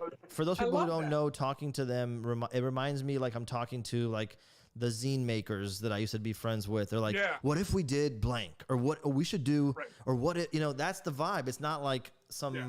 It's exactly what you would assume it was, and they're also really cool. And now the same thing what they're doing with their toys is going to be insane. But yeah, dude, this Daredevil piece is so cool, man. Congrats, I love this. This has that vibe where, you know, it's that Man Without Fear, Joe Quesada, Alex Mayleave, but at but this matches the quality of the show. Was this for the show? Marvel and Netflix put their stamp on it, so it was kind of an honor that my youngest is a insane fan of the show, and it's brilliant. I mean, it's perfect. It's a perfect show. If they never, it was really more of a piece, kind of, you know, for him. Like, cool. He really loves it, and I want to do something for it, you know, because he was so excited about it. We'd watch together, and he's seen it maybe 10 or 12 times. He's just obsessed. It's great, dude. It's great, and so I just love this. I think the next piece is the last one, and I have to ask you a question about this. Beacon, All right, lay it on me. the next one. I think it's yes. Okay, so here's a Batman piece. Okay, and the reason I put this last is because I just want everybody watching to know that the fucking size of the balls on this man to not put the Batman ears on Batman in a poster of Batman. Oh, it almost. How do you DC was. I know do it, to like dude? hide him, to hide his face like that. You're right, but that's the same thing that we were talking about with Alien before. Is like how many times does Batman been done so well? I mean, Dark Knight is what got me to read comics and take it seriously. No way. You know, like. Wait, Dark Knight the movie or Dark Knight Returns? No, the book. Okay, good. I was gonna say, yeah. The Frank Miller book. That was a buddy of mine in my neighborhood was when I was home from. It must have been high school, I guess. It was 87, 86. Yeah. All right. She said, "Read this. Don't ask me any questions. Don't be weird about it being a comic." Yeah. And I spent the whole night. I read the whole thing, lying in bed until 3 a.m. And I was not the same human when I woke up the next day. And I've been chasing comics ever since. Yeah. It was, and then that was also when Watchmen was coming out every month. Yep. V for Vendetta was coming out monthly. The Sandman, The Question, The Question. 88, like it was every Wednesday was like, oh my God, you know, like amazing shit was landing. Yeah, there was something happening back then. It was a great moment to be a part of it. But can you know, and of course, when you're doing Batman, the whole time you're thinking like Jock did it better. So why are you even trying, right? The whole time. Really? That's that? No, I'm thinking. That's how I think. Really, because I'm. But what was this for? What was this poster for? What did I do this? This is Mondo did this one as well. But is it just for Batman, like the character? Batman. Yeah, cool. I think they were having an anniversary that it kind of synced up. That I didn't realize that, but I think it was just, it might have been my Daredevil's answer to the Batman poster. So they're related in that way. I don't know. It was just, how do you do Batman in a way that you haven't seen him before, or this is how you might see him if you just happen to look up as he was going between buildings, you know, like it's phenomenal, dude. It's like there's that great moment in V for Vendetta. It's one of my favorite graphic novels. I love David so much too, and he there's a moment where they're on a train and he's about to attack the train, and a little girl looks out of the window, and there's just this one panel where she sees him, like, you know, kind of standing there watching, and then there's just a tiny curve of ink that shows the wisp of his cape as it goes away. Just one or two panels, right?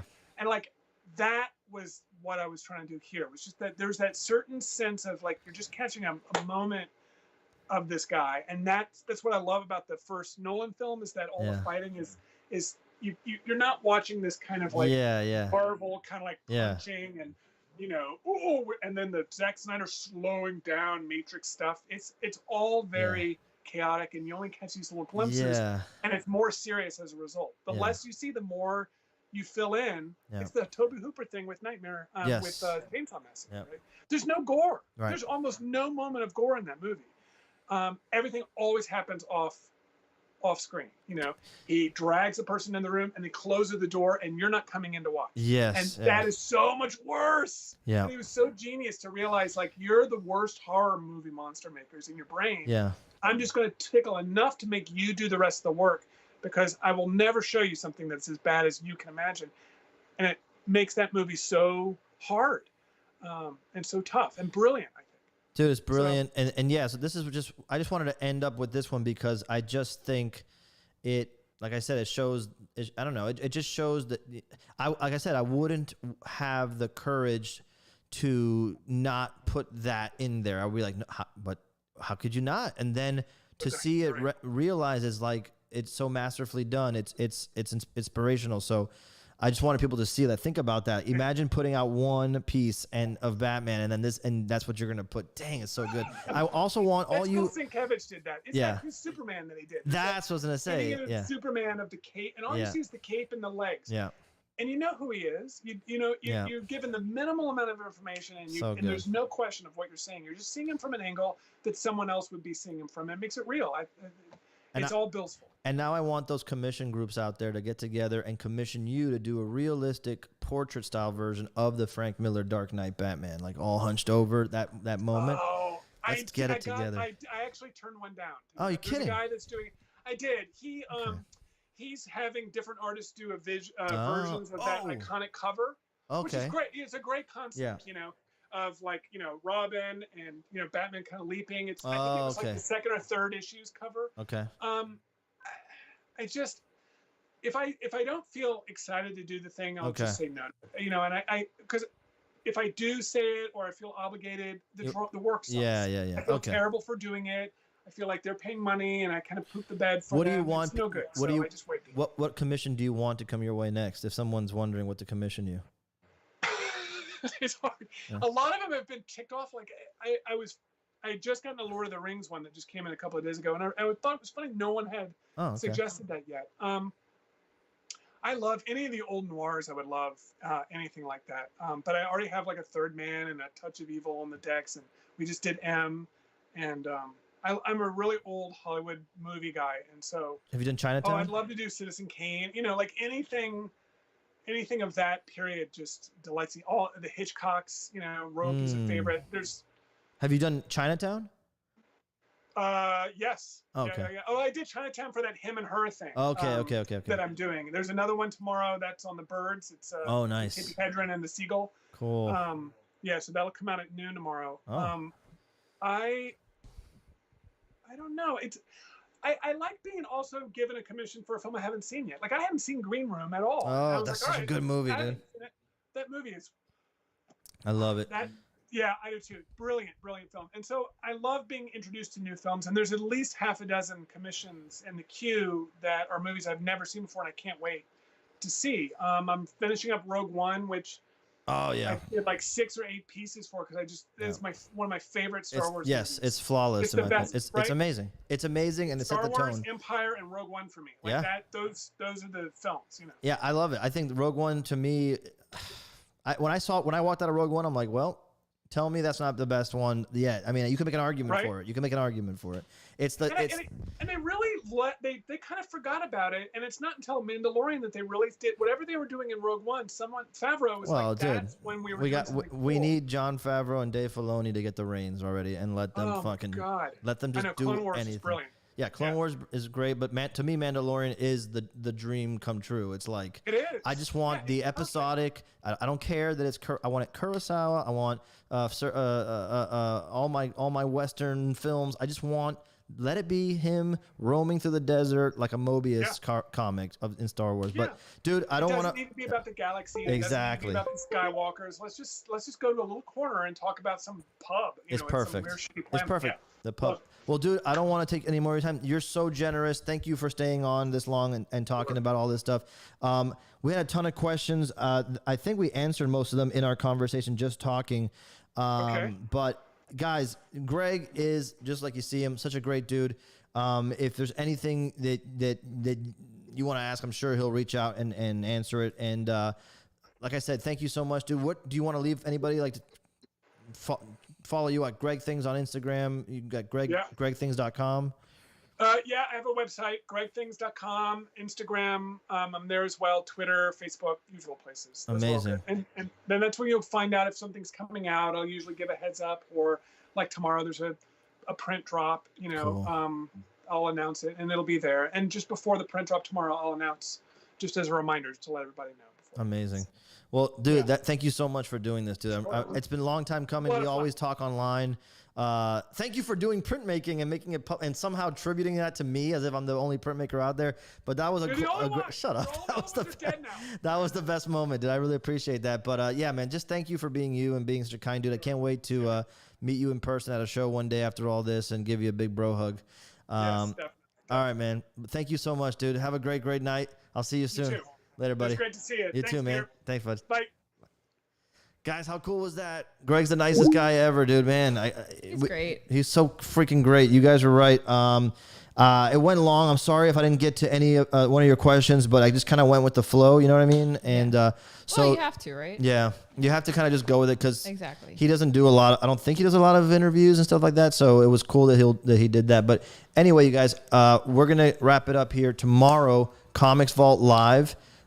With Sean Kirkham, a.k.a. Big Clutch, on the Skybound channel. Make sure you're subscribed at Skybound. Join us 4 p.m. Pacific time, 7 p.m. Eastern.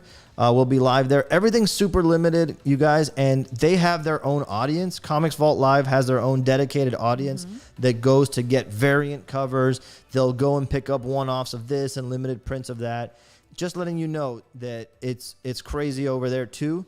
So if you want to try and grab something, definitely come over there. It's going to be super, super limited. It's kind of like an experimental thing to see if anybody digs printmaking on a cover. I hope you do, because I want to do another one. But yeah, so I'll see you guys there tomorrow. Thank you again. Remember to hit like and subscribe. We might be YouTube homework, right? Yeah, all the YouTube.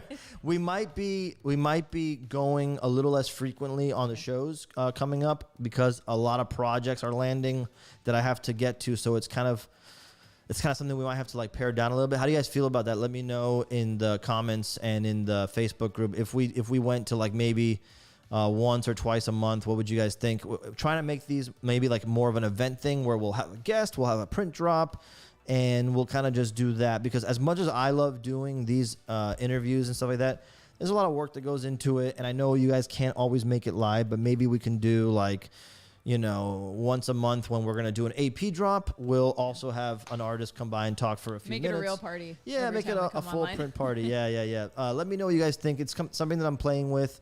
Going maybe instead of every week, maybe going like once a month or something like that. Would you guys still be down?